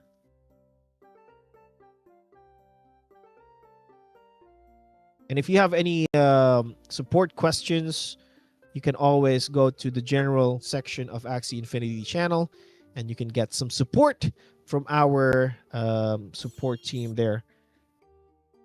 Don't fall victims to scammers, because there's a lot of them, you know, in the Discord channels. Okay. What do we have here? Same lineup for both players. Okay. Same Interesting. lineup, no changes. They like the game that they played earlier. But INB2 needs to settle down. They need to slow down a bit and make sure that the damage that they are dealing is enough. And here we go. Balloon play Beautiful onto balloon the play. side of INB1. And the damage is going to be negated. It's gonna Just hurt, two though. cards are going to go through. If that other card landed, it would have been done for that Aqua. Yes, So right sir. now the game is pretty close. Aqua is not looking good though. There is a cat that has entered the chat. All right. The cat buff. He Go. just grabbed the cat Yeah, by grab the cat. the neck, right? The Filipino Drag. grab. He just drag it. Come here. Come Come here, here. Ming Ming. Hug me and give me the buff, because my Aqua is dying. All right. Question is, will INB2 waste the second dull grip here, or will he be able to draw one more card on that mech line? Because I think Wincon. Oh, that's 4 cards. That's 4 What, he cards. That's gonna be passed? a lot of damage. Yeah. That shell jab is gonna deal so much, but it's not enough to finish the front line. All right, Good. the game is pretty close, but the advantage seems to be going onto the side of INB1. They can just get rid of the frontline Axie here for INB2, together with that Uranda. Huh. Onto the side of INB2, they do have 2 doll grips that will be able to take care of that front line if they choose to. Well, what is the play here? I think it will go down to whatever the card draw is for the front line. If there are cards that are going to be drawn on that front line, it's going to be... There could be a play there where you can use those cards. But there is not a lot. He's thinking about it. All right, the doll grip to the piercing sound is going to be enough to finish that Axie. Scarab is going to be used on that side. And then the Scarab to apply the anti-heal. Yeah, this is the nice, the proper Scarab play, unlike from the second game. So vegan diet heal is already checked by INB2. 4 energies for INB1 though. He needs to get value on this midline plant. So possibly, I think all in on the plant is the play. Yep, he does have 3 energy coming into the next round, and he will have... Oh, hang on. He doesn't have the speed, or he has like higher speed. Or do they have the same? I think they have the same, right? So no Kotaro value there. Oh, they passed. Okay, balloon. The leak is going to be applied, but there is no card to be disabled because there was no attack that was made. Oh no, the INB1 can shield up here, right? Yeah, but it's going to be very dangerous because the grip's still present on the mech. But I think INB1 has no choice but to play 4 cards. on his mid line, and hopefully it survives. Let's see. Double vegan diet already at 165 shields, so could be doable unless he He draws the gets other like null grip. no, he already used the first null grip. I think a Oh Goda yeah, plus a balloon will be enough. Go the null grip, go the balloon, and is enough for the kill. that's true. Oh my god, Okay, he got the balloon. Is he going to gamble? Yeah, he has no choice. he needs to gamble here. The hero's bane, the piercing sound is gonna go See how he through. goes. 200. Ah, wait, he didn't use the balloon. Oh no! He didn't Why? use the balloon. The Why? balloon would have been enough. And the Balloon sustain is gonna pare! happen. 1v2 situation. Oh! INV2 in a little bit of trouble. And just like that, it's gonna be 2-0 because there was no way to win against that. Balloon. He Oh. just needed one balloon, right? Yeah. That would have been enough because that would have dealt 38 damage to the plant. Ah, unfortunate. Because you did not see the double vegan diet yet, so there's a high chance that that midline will go for a full brick wall. And I was like, that's what I predicted. If he gets the balloon, he gets the kill. But unfortunately, he didn't. Yeah. He decided to save the balloon, and just like that, what a comeback for Dipso. It Oh my god. took him some balls to go for that play, passing on the first round, then brick walling on the second round. Yeah, that was intense. That was insane. And unfortunately, it didn't go to the side of INB2. INB1 now in the lead, 2-1. One more win, and they will secure the AXS, the championship, and the bragging rights, and the trash talk privilege towards the other team members of the guild. Oh, man. Okay, they had the momentum, they had the crits, they had the card draw. VMG, what's happening here? Why are they not winning anymore? I think it's two misplays on their back-to-back losses. Like the first misplay was on the previous game where they discouraged the double vegan diet. This game, I think it had a better approach. He played the scarab well, putting that anti-heal on the plant. All he needed to do was eliminate that plant. Yeah. Because imagine if he gets the no turn, 4 energies wasted, and he gets time to pre-damage the backline Aqua or resustain his midline plant. But unfortunately, he saved the balloon for some reason. So, yeah, it was just a misplay. Unfortunate. He had the chance to take it all, but unfortunately, that was not made. He would not commit the last balloon play there, and unfortunately, here we are, 2-1 advantage going to the side of team number 1 for INB. Itlog ni Batman number 1 is in the lead. The right side is getting heavier than the left. Right side Let's see if making a they're- comeback. let's Let's go, see if let's the go. left side can take it back, though.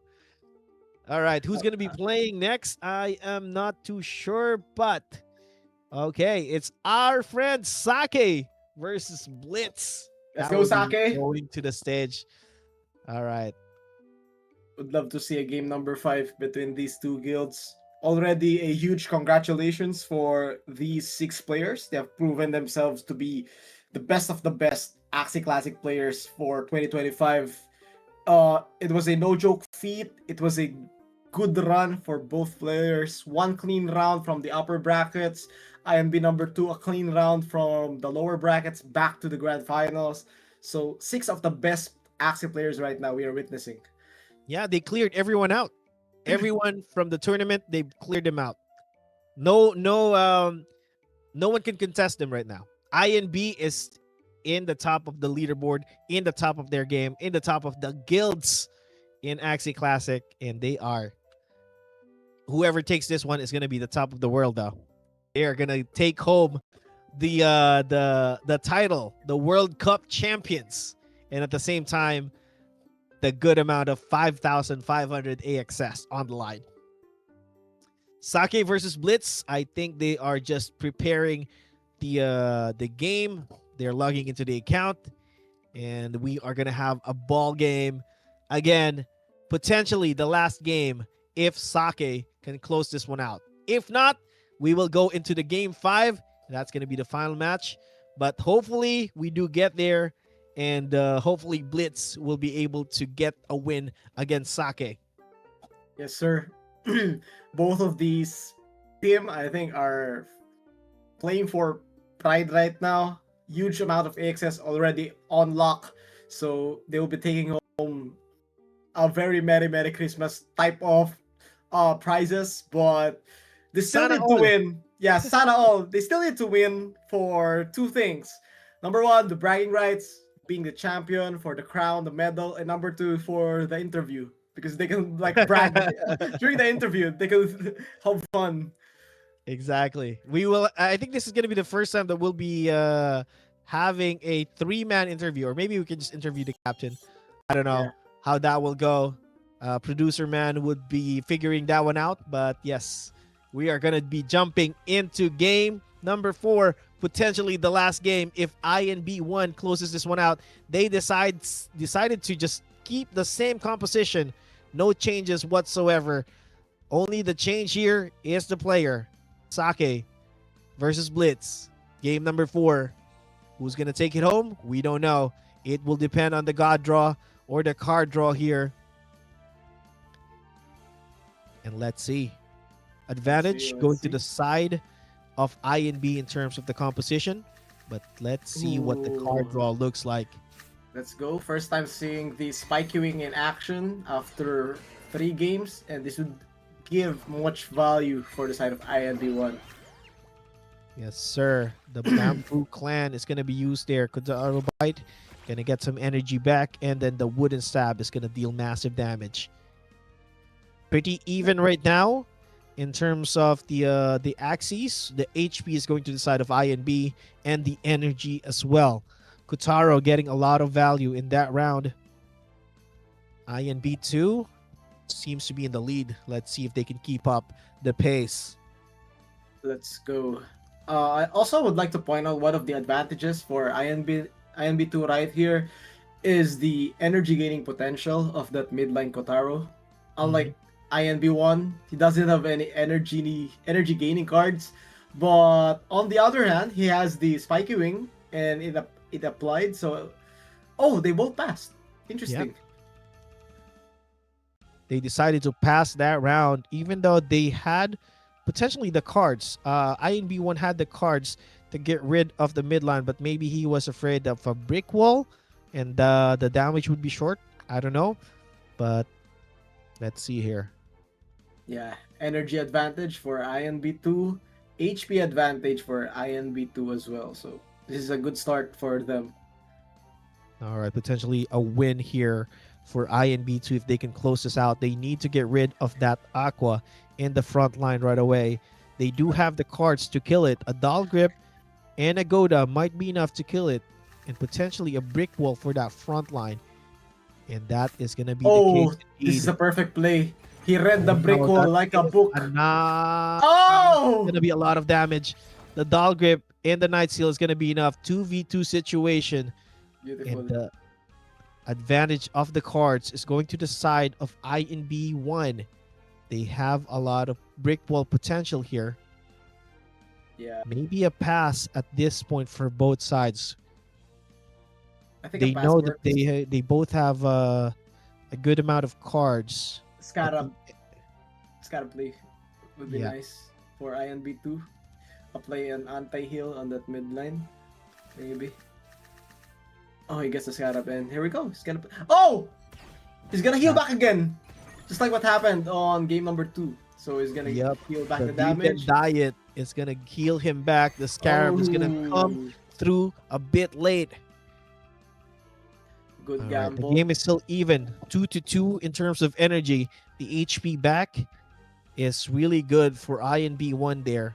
Sake getting some good value out of this plant. But he needs to close out this midline plant for INB2 as well. Yeah. Looking at the close game right now. Could this be a pass at this point, or is it a brick wall coming in for Sake? He does have the damage here. But what I'm worried about is the balloon play. If Blitz can draw it again, yes, it Nice does get pass. drawn. He decides to pass instead and If be he gets ready if he gets no for a pagoda. potential brick wall here. Hmm. I think both of them are going for the clear. Unless INB2 draws another leak. I think they will try, both of them will try to eliminate the plants and go for a 1v1, which will give the advantage for the Aqua user. Let's see if he gets one more card. I think one Goda would work. Yeah, one more Goda there would be enough to eliminate this frontline Axie or this midline Axie for Blitz. Such a close game. And he has that energy advantage now. Oh, will this be enough? Will he Oh gamble? no, Oh he my god. did. He Nice did gamble. gamble. He's gonna get another heal. He's smiling! Oh my god. The value of that vegan Oh, diet and the damage. The Bamboo Clan, the Kotarobite is not going to get energy back. Oh my god. Sake doing work here, making sure that that plant is alive and be able to take down the plant of Blitz. Blitz right now is doing good as well. He does have a balloon play here. oh yeah, the leak. Okay, here we go. The Hero's Bane, the It's piercing enough. sound. Perfect. Oh my god, this is the same You play won. INB2 should have done earlier, using Yeah. the balloon to clear out the plant. And right now, it's not looking good for INB2 Beautiful because play. it is gonna be a GG Yeah, it's gonna go Aqua for the versus erase. Mech. It's not looking good for you, little Mech. And just like that, this is gonna be the game. Double Oranda, double upstream swim. Gonna deal a lot of damage and clear out the mech. And we have our champion, INB1, takes home the prize and the glory. And here we go. Whoa! Yes, clones. All right, Sake. There you go. Congratulations, guys. All right. That was a quick one. Even if we did, okay, they didn't need the twice to beat advantage anyway. I think that was the moral of that one because Yeah. they proven that they are the number one team out of the number one guild, and they are closing the game tonight and winning the World Cup Championship title. Congratulations, INB. Both INB left and right eggs. Well played to both of you, but special mention to INB1 for having the cleanest run in this tournament, conquering the upper brackets up to the grand finals, even risking your own aura by eliminating the twice to beat just to win once more. That's pure aura right there. Well played. Exactly. Exactly. Congratulations again. Are we going to have them on stage, Mr. Producer Man? Okay. Let's go ahead and get that ready. And that was some insane gameplay right there. There were okay. I think the MVP there, VMG, was the midline plant. Yeah. That midline plant was just healing over and over and getting the vegan diet value there. And because the midline Axie of INB2 was a lot slower, it was not able to apply the Scarab that would have prevented a lot of those healing. Very nice play there from Sake, and probably a little bit lucky in terms of the draw. Yeah, he got like 3 vegan diet values on Yep. that game itself. Well played. And congratulations once again. All right, we're just gonna have them ready, and we'll have I believe the team captain on the stage here. Maybe you can ask them what their plans are for their Christmas, because I think I will go to their place because I think they'll have a lot of marami silang handa. So we're probably gonna go to their place and celebrate with them because it's gonna be a merry Christmas for the team number one. And we're just getting them ready on the stage. 5,500 AXS. What? Okay, if you are part of their team, VMG, what will you do with the 5,500 AXS, man? 5,500. That's a lot of money. But I think first priority would be like give back to the guild on whoever supported the Yeah. run, the one who funded the Axie teams, the gears, the artifacts. I think first we'll go to the guild, and once you get your pure share, just enjoy the holidays, man, with your family. Let's go. Christmas and New Year is coming. It's gonna be a merry Christmas indeed. And let's see if they have something to say. Chan Chan says, GG's kaliwat ka ng itlogs. Mane Sara, I love this game. Yes, sir. We love this game. We love Axie. All right.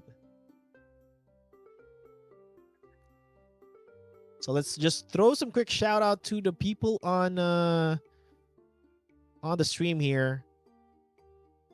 Let's My go. Twitch chat for some reason is not working. I Yeah, don't same see as it. mine. So, first of all, I would like to give thanks once again to all the viewers who stuck by us in Twitch and in YouTube. It has been a pleasure casting for you guys. Also to our sponsors, Sky Mavis, and especially Axie Classic for continuing the tradition. What a way to end the year, right? With an Axie tournament. Yeah, exactly. Giving away what 11? How much is the total price? I think it's 12,500. yeah, crazy amount to give away. I mean, it's not really a giveaway because these folks, these players have worked hard for it. But yes, what a way to end the year with a bang. 12,500 is not a small amount of money. So thank you again, Sky Mavis, for continuing support of the esports scene for Axie Classic. And yes, we love you guys. We love the work that you guys do. Cage Manalo or KJ Manalo says, shout out Ninong. And then the MVP there is the player who risked it. Exactly. Pwede yun, lot. All right. We have Let's the go. team here. Oh, hang on. All right, here we go. Good looking guys coming up onto the stage. All right. You guys are staying in one place? That's crazy. Just the two of them. Sila lang po Okay. dalawa. Okay. Two of us. Nakidayo lang po. Congrats, pre. Merry Christmas, Happy New Year. Deserve, linis. Thank you. First question, pre, sino yung captain nyo? Or sino yung nag-coordinate ng lineup? Sake. Sake. Si paring Linis. Saki pala. All right. So si Saki yung gumawa no so Saki created the composition, the axes that you guys have? Di ba, tulong kami lahat. Tulong po sa box. Tulong kami. Okay. Yung Babylonia, parang bago yung Babylonia tech ah. Parang wala nakita yun. Was that inspired from the last tournament? Because I think that was the first time that I saw the Babylonia Axie. Opo, kasi mostly yung idea namin kinuha lang namin talaga sa sa mga past tournaments, mga recent tournaments. Nakita namin yung meta ngayon Ganun. Solid. All right. Talaga. Congratulations. Sige, go Sino- Benji. Sino yung nakapag-read sa inyo sa Blooms? Ang ganda ng panalo nyo sa Blooms yung first series tonight. Yung lineup nila per game. Collective effort ba yun? Or may isang nagmamando sa inyo? Si Deep Soul talaga yung nagsabi rin nung nag-suggest nun nung comp na yun, yung adjustment. Na-counter nyo yun. Naisahan lang kayo ng double ako, di ba? Ayun Tapos after nun, nag-run na kayo. Chamba. Congrats. I don't think that was I mean you can't downplay it, man. Hindi yun chamba, no? I think that required a lot of thinking, a lot of, reading through the meta and the Axie pool ng kalaban nyo rin. So congratulations. By the way, anong plano natin ngayong Pasko? Parang maganda ang Pasko natin, mga tropa. Tulog lang po. Baka pwede dumayo. Pinakauna, matutulog muna. Pwede nang pahinga. Pahinga muna po. Deserve. Muna, no? Alright. Grabe, Pero grabe. Christmas baka pwede kami dumayo ni BMG dyan sa inyo. Baka naman. Kasi follow-up question din. Since pwede nyo na i-claim pre kayo pinakamalakas na guild for 2025. Di biro-biro yung mga tinalo nyo. Kaya, di na pinakamalakas na guild. Kayo yung pinakamalakas na 3-man players. Kasi team kayo dyan eh. So ano yung plano natin next year? Baka naman mag-retire kayo. Wag. Nasa peak kayo ngayon ng ano nyo. Ayun na sumagot, Ace. Pinag-iisipan na po eh. Kasi, Ano po, nagda-down na din kasi yung market eh. So parang depende po kasi po hindi na siya sustainable para sa amin if talagang magpo-full time pa po kami kasi currently naka-full time po talaga kami dito eh. Okay. Talaga biro yung ano nyo, no? Oo. So actually po, matagal nang di rin active yung INB. So yes, isa din po yun. Last run na lang din namin to. Kasi, Kasi, totoo I yan, think separate na kami. Separated na kami ng mga guilds. Kami. Mm, So nag-comeback kami para dito sa Worlds. sa Guild Wars. Grabe. wow, okay. Parang Kasi, anime. kasi I think, you guys were from ISA, right? And then, Yes po. yung ISA, parang naging inactive kasi nakapasok na kayong dalawang teams, di ba? I think partially one of the reasons din yun kaya parang naging inactive. I don't know what happened in the background pero parang speculation ko lang based on what I've seen. Pero congratulations pa rin. The comeback is real. Nangyari pa rin at napanalo pa rin natin. Saki, lagi kong chat dito sa Discord. Congratulations pare, congratulations. Congrats. Deserve talaga. Pero yan, if ever maging inactive man kayo next year, siguro, may advice ko lang, if ever may Guild Wars ulit, depensa nyo yung belt nyo. Kasi, lakas eh. Linis pre. Linis nga. Linis. Alright, any words for your fans or your compatriots na natalo natin kanina? Shoutout. Masasabi natin? Shoutout. Sa lahat ng tinalo po namin nice G po. Nag-champion po kami hindi sinasadya. Yun, napaka-humble eh, no? Napaka-humble. Kasi gusto ko lang i-shoutout yung team to namin. Si Kemis, si KG, saka si Blitz. Tapos yung mga ibang solid na na INB pa rin talaga sa puso. Kahit separated na. Kahit wala na, kahit iwalay na.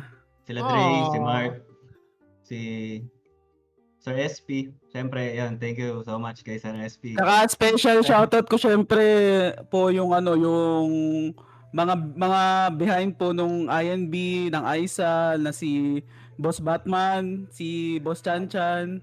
Tsaka syempre naman po yung pinaka naging kaibigan din po namin at nagraran po siya nung ISA, si Robin, si Ayomin Daiki po. Special shoutout po sa kanila. Batman Shout and out to the Robin people pala. in the background ng MVP ng ating samahan. Alright. Tsaka meron pa pong isa, yung Sige. pinakang best friend ko po, nakadota ko lagi araw-araw. Hindi naman araw-araw, pero kadota ko. Si Derek Sanchez, yung Discord niya is Chopos143. Marami siya mga AXS, kaya doon na kayo bumili, guys. Yun. Pwede pa shoutout din? Pa-shoutout din po pala sa naging tatay namin talaga sa Axie, Joff Enerva.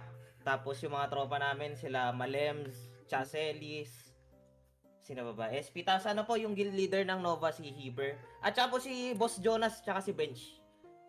Yun. Ay, wait lang po, follow po pala, sir, mga sir, yung pinakang, po talaga, yung pinakang, yung lagi namin kasama dati, si Carlo po. Yung Boss Carlo. shoutout din po kay Carlo. Special Yun. shoutout din po kay Carlo. Thank you po. Solid. Alright, that was ang daming dami pa lang talagang people in the back, and this is the beauty of having a guild here in Axie Classic. Talagang solid yung samahan no? Solid yung samahan. Congrats mga pare. Grabe, inabutan ko yung first sessions ng Guild Wars. Nag-finalist yung ISA doon, di ba? Tapos yung pinaka-main tournament, you took home the crown. So, pahinga na. Celebrate para tayo holidays, Christmas, New Year. Once again, congratulations. Thank you Right. po. Thank you po, thank you. Thank you. Alright, congratulations again, guys. Okay, Mr. VMG, that That was a really nice cast. That was a really nice tournament. And at the end of the day, ang itlog ni Batman number 1 stand strong, and they were able to take home the prize, 5,500 AXS for these boys. And congratulations. Grabe ang humble ng mga tropa natin, no? Napaka-humble, and at the same time being thankful for the camaraderie that they had in the guild. So yes. And that is it for us here at Axie Classic World Cup Guilds. And this has been Gunlock. And VMG. Long live Axie Classic. Paalam. let's go. Woo! All right, we're out. Bye. Peace.